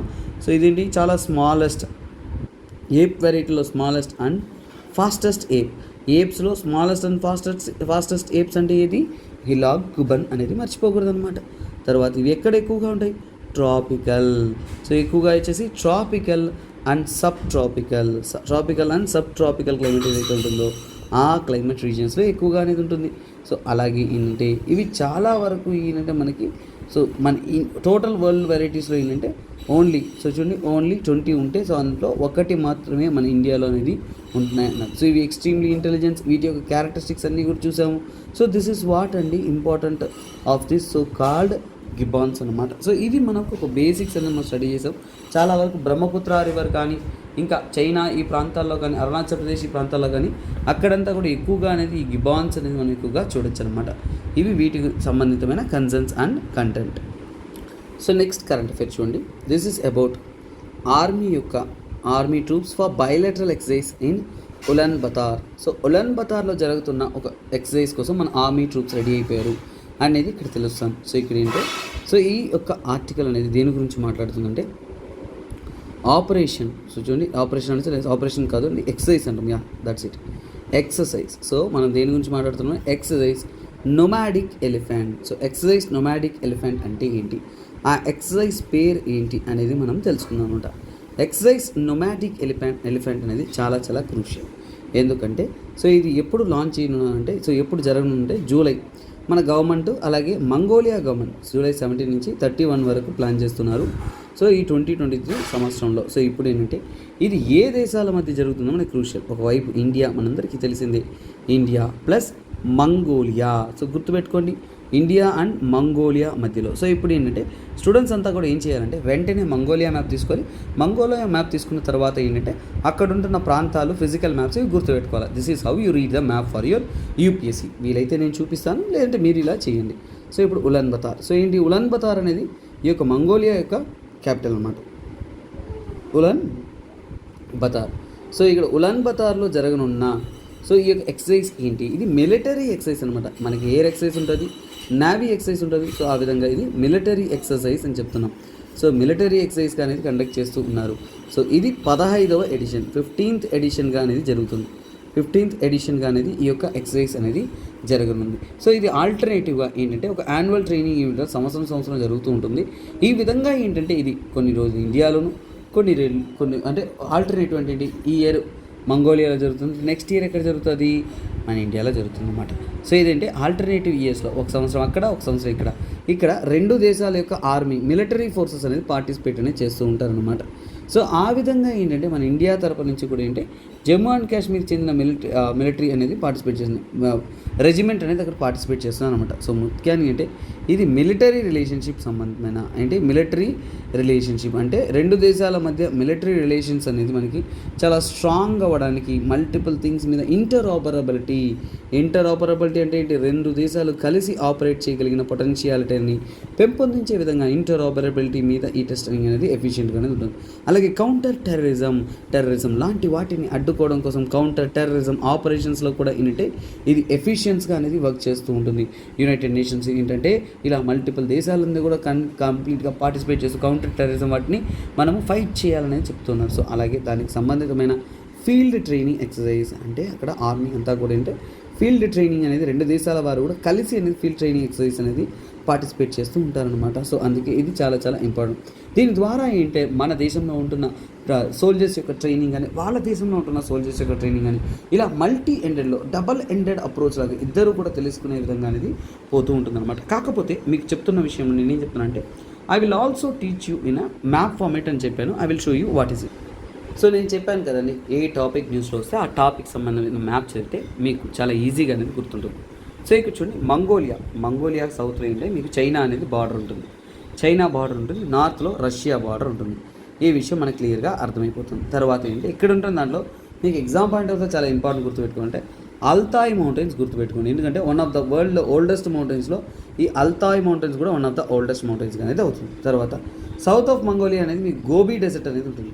ఈ గోబీ డెజర్ట్ అనేది మనకి చాలా వరకు అంటే చైనా అండ్ మంగోలియా మధ్యలో ఉంటుంది. ఇవి రెండు కూడా చాలా ఇంపార్టెంట్. తర్వాత మీరు గుర్తుపెట్టుకోదగిన ఇంకో ఇంపార్టెంట్ ఎలిమెంట్ ఏంటంటే ఇక్కడ చూడండి, క్లోజ్ టు మంగోలియా రష్యాలో ఈ పార్ట్లో ఏంటంటే ఈ యొక్క బైకాల్ లేక్ అనేది వస్తుంది. ప్రపంచంలోనే అత్యధికమైన బై వాల్యూమ్ అంటే వాల్యూమ్ పరంగా అంటే మనకి ఎక్కువ వాటర్ కలిగిన వాల్యూమ్ పరంగా హైయెస్ట్ వాటర్ కలిగిన మా లేక్ ఇదేనండి. అలాగే ఇదేంటి లీనియర్ లేక్ అంటాం, అంటే లేక్ అనేది ఇలా రౌండ్గా కాకుండా ఇలా రావడానికి లీనియర్ లేక్ అంటాం. దానికి దీన్ని ఏమంటాం, రిఫ్ట్ వ్యాలీ లేక్ అంటాం, రిఫ్ట్ వ్యాలీ లేక్ అని అంటారు. అలాగే అంటే మన వరల్డ్లోనే అంటే డీపెస్ట్ లేక్ కూడా ఇదేనండి. సో డీపెస్ట్ లేక్గా కూడా చెప్పబడుతుంది.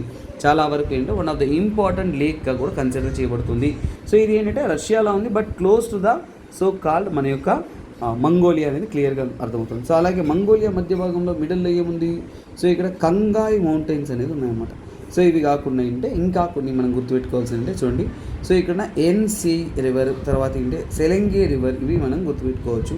బట్ అంత బట్టి పట్టుకోవాల్సిన అవసరం లేదు. బట్ ఈ అల్తాయ్ మౌంటైన్స్ మర్చిపోవద్దు, గోబీ డెజర్ట్ మర్చిపోవద్దు, బైకాల్ లేక్ మర్చిపోవద్దు. తర్వాత ఉలన్ బతార్ ఎలాగో క్యాపిటల్ కాబట్టి remember the location where the Ulan Bator is located. So ఇలా మ్యాప్ ఓరియంటెడ్గా చదువుతున్నప్పుడు ఆ పాయింట్ మీకు లాంగ్ టర్మ్లో స్ట్రాంగ్ అనేది గుర్తుంటుంది అన్నమాట.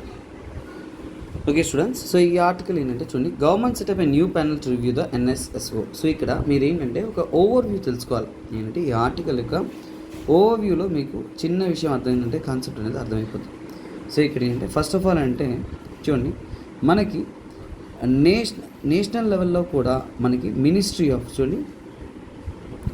Of statistics and programme. So యాక్చువల్గా ఏంటంటే స్టాటిస్టిక్స్ అంటే data collection, statistics and programme implementation. National లెవెల్లో ఏంటంటే ఈ యొక్క మినిస్ట్రీ ఎవరైతే ఉంటున్నారో వారే ఏంటంటే స్టాటిస్టిక్స్ని స్టడీ చేయడానికి, ఇంప్లిమెంట్ చేయడానికి వాళ్ళు ఓవరాల్గా అనేది ఉంటుంటారు. సో దాన్ని ఏమంటాం, MOSPI, ministry of statistics and programme implementation. వారు యాక్చువల్గా ఏంటంటే 2019 ఆ కాలంలో, సో చూడండి 2019 ఆ కాలంలో వచ్చేసి ఒక కొత్త ఇనిషియేటివ్స్ అనేది తీసుకున్నారు. అంటే ఒక కమిటీ అనేది ఫామ్ చేశారు. ఆ కమిటీ పేరు ఏంటంటే సో స్టాండింగ్ కమిటీ. సో ఏమంటారు ఆ కమిటీ పేరు? Standing committee. So standing committee on economic statistics. Standing committee on economic statistics అనేది ఫామ్ చేశారనమాట. ఈ ఎకనామిక్ స్టాటిస్టిక్స్ మీద ఫామ్ చేసిన కమిటీ ఇది. సో దీన్ని ఏమంటాం? SCES అని అంటారు. సో కాకపోతే ఇప్పుడు దీనికి బదులుగా ఏంటంటే ఇంకా బ్రాడ్ ఎండ్లో ఇంకా ఎక్కువ విషయాలను ఎగ్జామిన్ చేసే విధంగా, ఎక్కువ విషయాలను స్టడీ చేసే విధంగా వాళ్ళు ఇంకొక దాన్ని రిప్లేస్ అనేది చేస్తున్నారు. అంటే ఇంకో కొత్త సిస్టమ్ తెస్తున్నారు. ఆ పాత సిస్టమ్ తీసి కొత్త సిస్టమ్ ఈ సంవత్సరం. సో దాన్ని ఏమంటే స్టాండింగ్ కమిటీ ఆన్. సో దాన్ని అంటే standing committee on statistics. Standing committee on statistics అనమాట. అంటే ఎకనామిక్ స్టాటిస్టిక్స్ అనే పదాన్ని తీసేసి స్టాండింగ్ కమిటీ ఆన్ స్టాటిస్టిక్స్ అనేది వాళ్ళు ప్రారంభించారనమాట. సో ఈ స్టాండింగ్ కమిటీ ఆన్ స్టాటిస్టిక్స్ ప్రారంభించడానికి ముఖ్యమైన పని ఏంటంటే SCOS అంటాము. దీనికి ముఖ్యమైన పని తీరు విషయానికి మనం కన్సిడర్ చేసుకుంటున్నప్పుడు అంటే నేషనల్ స్టాటిస్టిక్ ఆఫీసర్ ఉంటుంది. చూడండి, నేషనల్ స్టాటిస్టిక్స్ ఆఫీసర్ ఉంటుంది. నేషనల్ స్టాటిస్టిక్స్ ఆఫీసర్ అనేది చాలా వరకు మన ఇండియాలో ఉంటున్న డేటా కలెక్షన్ అన్నింటిలో కూడా సో ఉంటున్న ఇంపార్టెంట్ ఆఫీసర్, స్టాటిస్టికల్ ఆఫీస్ అనమాట. ఈ స్టాటిస్టికల్ ఆఫీస్ ఏదైతే ఉందో చాలా ఇంపార్టెంట్. NSO. ఈ NSO డేటాని స్టడీ చేసే క్యాపబిలిటీ కలిగిందే ఈ కొత్త SCSO అని చెప్తున్నారు. అంటే వీటిని కూడా రివ్యూ చేసే పవర్తో దీన్ని క్రియేట్ చేశారని చెప్తున్నారు. సో ఇదే అక్కడ ఉంటున్న ఆర్టికల్, దాని యొక్క డీటెయిల్ అంతా కూడా. సో మొత్తానికి మీరు తెలుసుకోవాల్సింది MOSPI, ministry of statistics and programme implementation ఏదైతే ఉంటుందో వారి అండర్లో ఎప్పుడూ కూడా 2 వింగ్స్ ఉంటాయండి. సో ఎప్పుడు కూడా 2 వింగ్స్ ఉంటాయి. ఒకటి ఏంటంటే స్టాటిస్టిక్స్ అంటే డేటా కలెక్షన్ కోసం చూస్తున్న ఒక వింగ్ ఒకటి ఉంటుంది. తర్వాత ఇంప్లిమెంటేషన్, ఒక ప్రోగ్రామ్ని ఇంప్లిమెంట్ చేయడానికి ఒక వింగ్ ఉంటుంది. ఈ విధంగా ఏంటంటే వాళ్ళు ఈ యొక్క వింగ్స్ అనేది తీసుకుంటుంటారు. అలా తీసుకుంటున్న డేటా అన్నిటిని స్టడీ చేయడానికి ఏంటంటే వాళ్ళకు ఫస్ట్ ఈ స్టాటిస్టిక్స్ ఉంటుంది చెప్పాను. ఈ స్టాటిస్టిక్స్ని స్టడీ చేయడానికి స్టాటిస్టికల్ వింగ్ అనేది ఉంటుంది. ఈ స్టాటిస్టికల్ వింగ్ విషయంలో వస్తున్నప్పుడు ఇందులో ముఖ్యంగా ఏంటంటే మనకి NSO వస్తుంది. NSOలో అంటే సెంట్రల్ స్టాటిస్టిక్స్ ఆఫీస్ వస్తుంది, నేషనల్ శాంపుల్ సర్వే ఆఫీస్ వస్తుంది. సో మొత్తానికి ఏంటి అక్కడ స్టాటిస్టికల్ డేటా అన్నిటిని కలెక్ట్ చేయడానికి.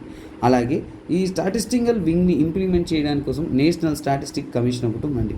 సో ఏముంది? ఇది నేషనల్ స్టాటిస్టిక్ కమిషన్ కూడా ఉంది. సో ఇవన్నీ కూడా ఏంటంటే ఇండివిజువల్గా ఉంటున్న కొన్ని కమిషన్స్ ఇవన్నీ కూడా. సో ఆ విధంగా ఏంటంటే నేషనల్ స్టాటిస్టిక్స్ కమిషన్ అనేది NSC అంటారు. సో ఇది కూడా ఏంటంటే సో ఒక రెజల్యూషన్ ద్వారా ఫామ్ అయింది. ఇది కాకుండా స్టాటిస్టికల్ స్టడీ అన్నిటికీ కూడా మనకి ఒక అటానమస్ ఇన్స్టిట్యూట్ కూడా ఉంది ఇండియాలో. అటానమస్ అంటే ఎవరి అండర్లో కాకుండా స్వయానా యాక్ట్ అవుతున్న ఇన్స్టిట్యూట్. సో ఇన్స్టిట్యూట్ ఒకటి అంటే సెంట్రల్ గవర్నమెంట్, స్టేట్ గవర్నమెంట్ కాకుండా ఇండివిజువల్గా అనేది యాక్ట్ అవుతుంది. దాన్ని ఏమంటే ఇండియన్ స్టాటిస్టికల్ ఇన్స్టిట్యూట్ అన్నాం. Indian statistical institute. So Indian statistical institute కూడా ఉంది. సో ఇలా ఏంటంటే మనకి సో ఈ 3 విషయాల్లో ఏంటంటే మనకి ఇండియన్ స్టాటిస్టికల్ ఇన్స్టిట్యూట్. సో ఇలాంటివన్నీ కూడా ఏంటి స్టాటిస్టిక్స్ మీద స్టడీ చేస్తూ వాటిని ఇంప్లిమెంట్ చేస్తూ అన్నీ చేస్తున్నారు. సో ఇవి ఉండే ఆర్గనైజేషన్ అనమాట. సో ఇప్పుడు కొత్తగా వచ్చిన ఏదైతే మన యొక్క కమిటీ ఏదైతే ఉంటుందో అంటే ఒక స్టాండింగ్ కమిటీ ఏదైతే ఉంటుందో ఇక్కడి నుంచి రానున్న కాలంలో ఏంటంటే మల్టిపుల్ విషయాలు అంటే ఈ యొక్క NSOని కూడా సర్వే చేయడానికి, ఓవర్వ్యూ చేయడానికి వాళ్ళకి పవర్ అనేది ఇస్తున్నారు.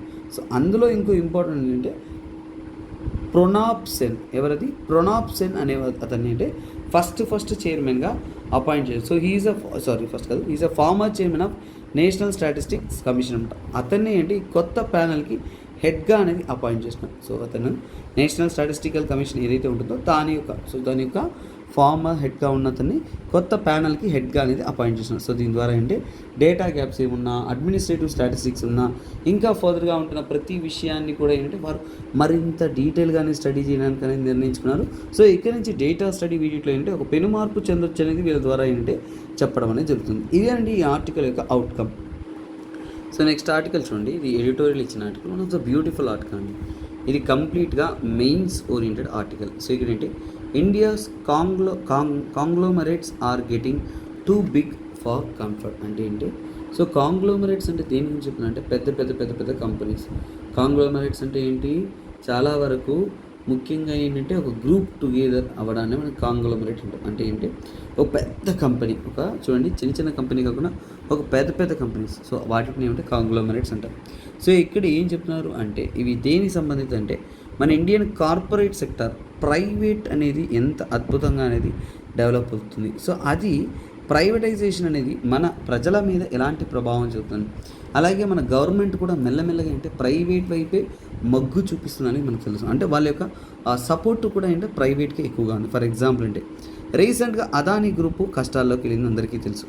కానీ అదానీ గ్రూప్ అనేది ఏంటంటే చాలా వరకు ఏంటంటే సో అక్కడ ఉన్న ఫైనాన్షియల్ మార్కెట్ని కన్విన్స్ చేయగలిగింది. అంటే ఫైనాన్షియల్ మార్కెట్లో సర్వైవ్ అయిందనమాట. సో అంటే ఫైనాన్షియల్ మార్కెట్లో ఎన్ని ఇబ్బందులు వచ్చినా కానీ స్టిల్ ఇట్ కంటిన్యూస్ టు యాక్వైజ్. అంటే ఏంటంటే తన యొక్క క్రెడిట్ ఫైనాన్షియల్ మార్కెట్ తనకు కావాల్సిన అప్పులు కానీ క్రెడిట్ ఫెసిలిటీస్ అనేది తనంతట తాను దక్కించుకోగలిగింది. అలాగే రిలయన్స్ ఇండస్ట్రీస్ చూడండి, అలాగే ఏంటంటే రిలయన్స్ వాళ్ళు ఏంటంటే కొత్త కంపెనీలు స్థాపించుకోవడం.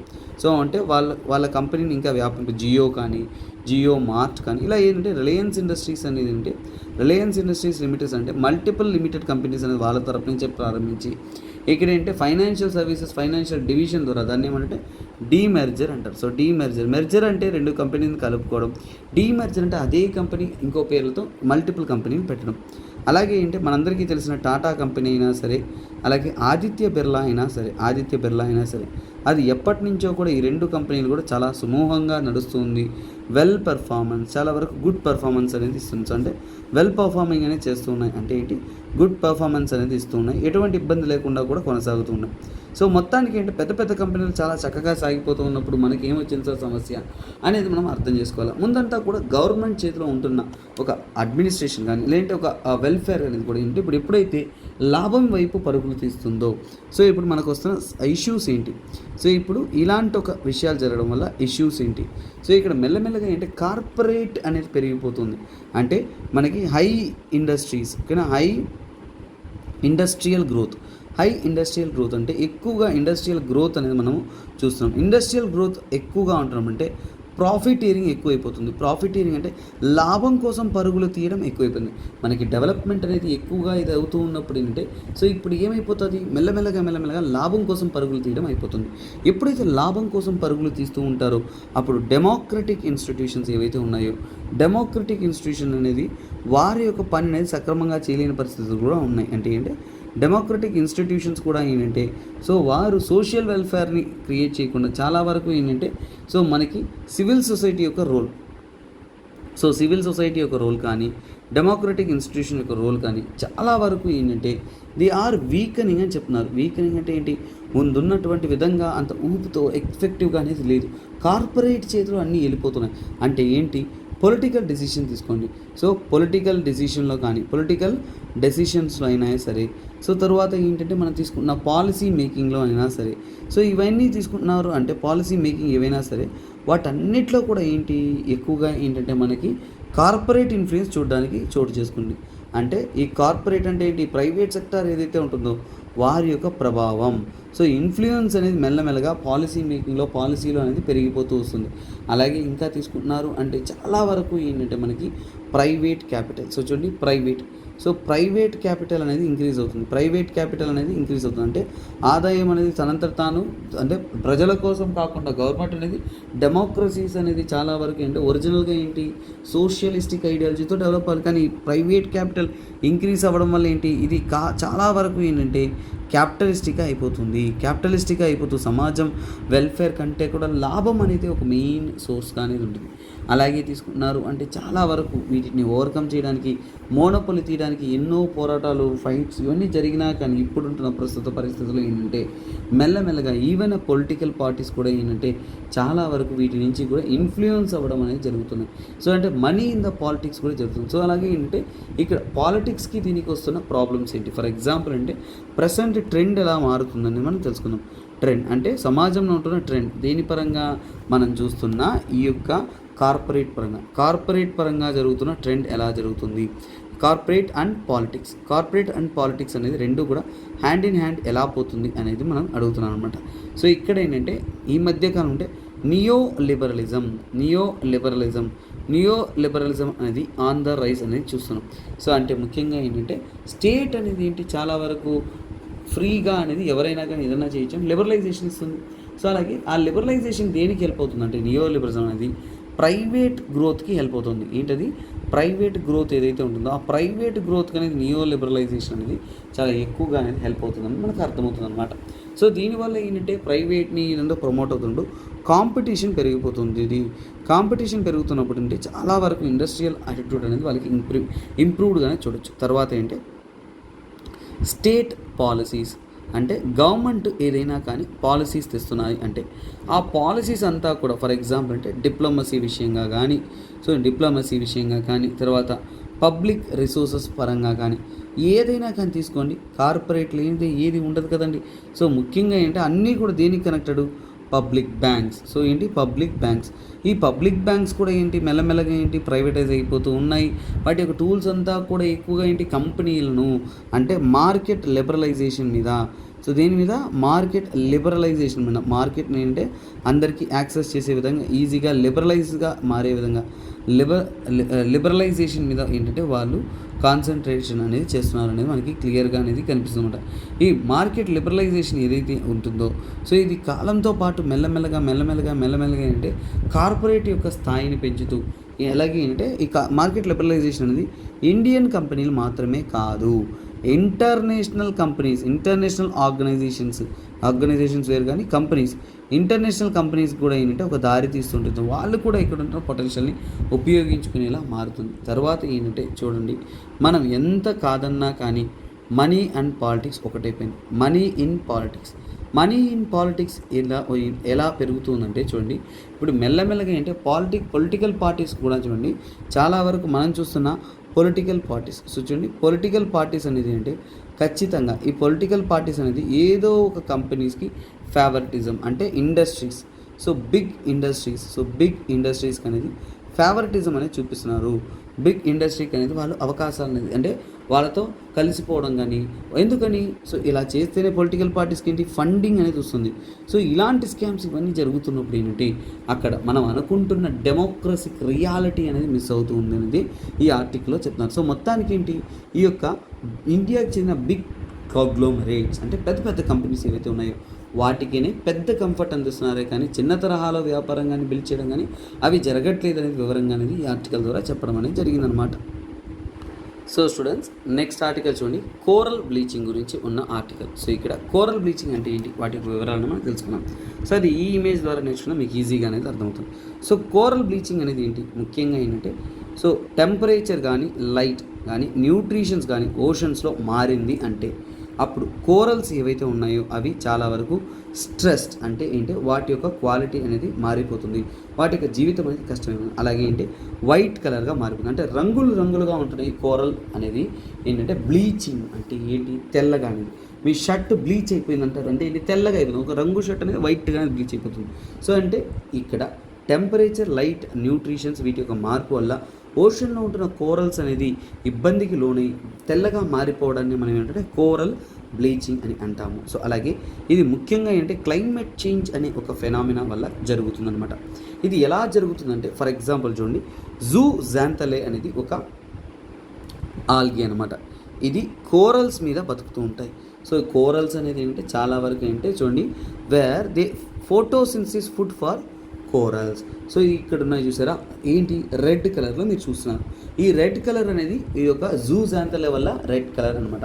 When water gets warmer, so water అనేది వేడిగా మారిపోతుందంటే వాటర్లో ఏదైనా కానీ మార్పు చెందుతూ ఉందంటే పొల్యూట్ అవుతుందంటే అదర్ మెటీరియల్స్ యాడ్ ఆన్ అవుతుందంటే టెంపరేచర్ పెరుగుతుందంటే అప్పుడు ఏమైపోతుందంటే ఇక్కడ ఉంటున్న జూజాంథలే అనేది వెళ్ళిపోతుంది అనమాట. ఈ జూజాంథలే అనేది ఇక్కడి నుంచి వెళ్ళిపోయిందంటే రెడ్ కలర్గా ఉంటున్న ఈ కోరల్స్ కాస్త ఎలా అయిపోతాయి తెల్లగా అనేది అయిపోతాయి. అంటే దానికి కావాల్సిన ఆహారం ఉండదు, చనిపోతాయని చెప్పచ్చు, అలా స్కెల్టన్లా మిగిలిపోతాయని చెప్పచ్చు. దాన్ని ఏమంటున్నాం సో కాల్డ్ కోరల్ బ్లీచింగ్ అంటారు. రంగురంగులుగా ఉంటున్న కోరల్స్ రంగు లేకుండా తెల్లగా అయిపోవడాన్ని కోరల్ బ్లీచింగ్ అంటారు. సరే, సో ఇక్కడ corals can recover if they don't experience regular bleaching. మనము జాగ్రత్తగా కాపాడుకుంటూ వచ్చామంటే వాటిని మనం కాపాడుకోవచ్చు. సో ఇలాంటి వాటిని అడ్డుకోవడానికి, రికవర్ అవ్వడానికి అంటే ముందు పొల్యూషన్ని తగ్గించాలి, ఓవర్ ఫిషింగ్ని తగ్గించాలి, ఓషన్ అసిడిఫికేషన్ కూడా మనం తగ్గించాలి. ఇలా తగ్గిస్తున్నప్పుడు ఏంటంటే మనం మెల్లగా ఏంటంటే ఈ యొక్క కోరల్ బ్లీచింగ్ జరగకుండా కాపాడే అవకాశం అనేది ఉంటుందన్నమాట. సో కాకపోతే మీకు ఎగ్జామ్ పాయింట్ ఆఫ్ వ్యూలో కోరల్ బ్లీచింగ్ అనేది, కోరల్స్ అనేది ఒక అద్భుతమైన example for your symbiotic relationship. ఒకవైపు జూజాంథలియన్ ఆల్గే, తర్వాత కోరల్స్, ఇవి రెండు కూడా సర్వైవ్ అయ్యే క్యాపబిలిటీ అనేది ఇక్కడ జరుగుతుందన్నమాట. సో ఇవి రెండు కూడా కలిసి నివసించడానికి ఒక కోఆర్డినేట్ అయ్యి ఒకదానికొకటి హెల్ప్ చేస్తుంటూ ఉంటున్న ఒక సిచ్యువేషన్ అనేది ఇక్కడ మనం అబ్జర్వ్ చేయొచ్చు అనమాట. సో ఇక్కడ చూడండి, రీసెంట్గా ఏంటంటే G20 సమిట్ మనకి రానుంది కాబట్టి దాంట్లో ఇండియా వచ్చేసి ఒక ప్రపోజల్ అనేది తీసుకొస్తున్నారండి. ఏం తీసుకొస్తున్నారంటే ఎంఎన్సీ కంపెనీస్, ఇవి ఇంకా ఇంప్లిమెంట్ కాలేదు కాబట్టి ఇంప్లిమెంట్ అయినప్పుడు మనం చాలా జాగ్రత్తగా చదవచ్చు.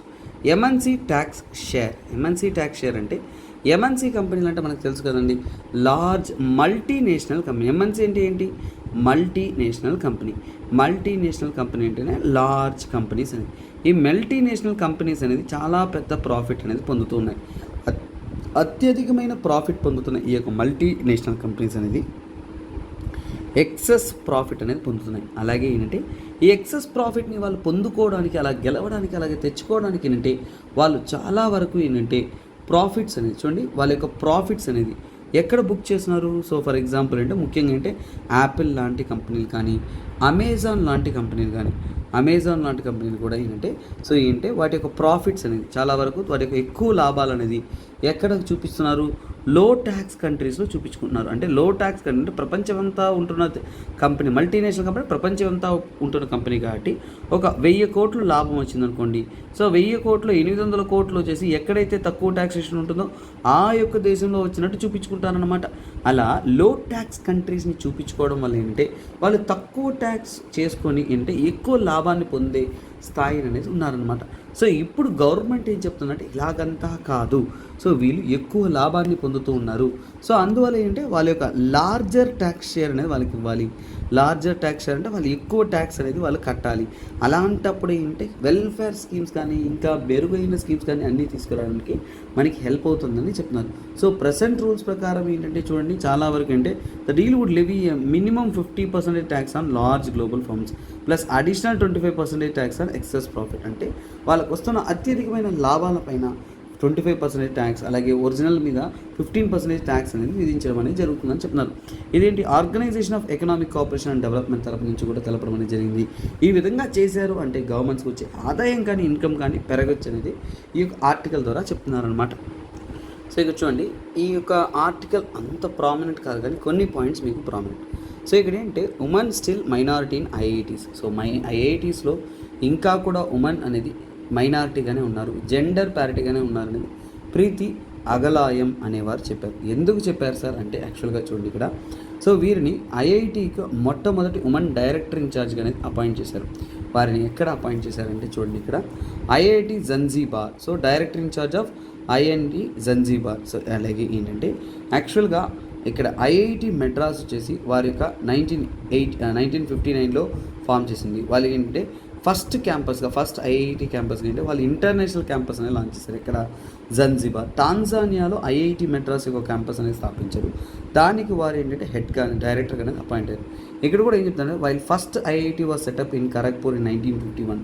సో ఫస్ట్ ఇండియాలో ఎప్పుడు ఐఐటి ఫామ్ అయింది? ఖరగ్పూర్లో 1951.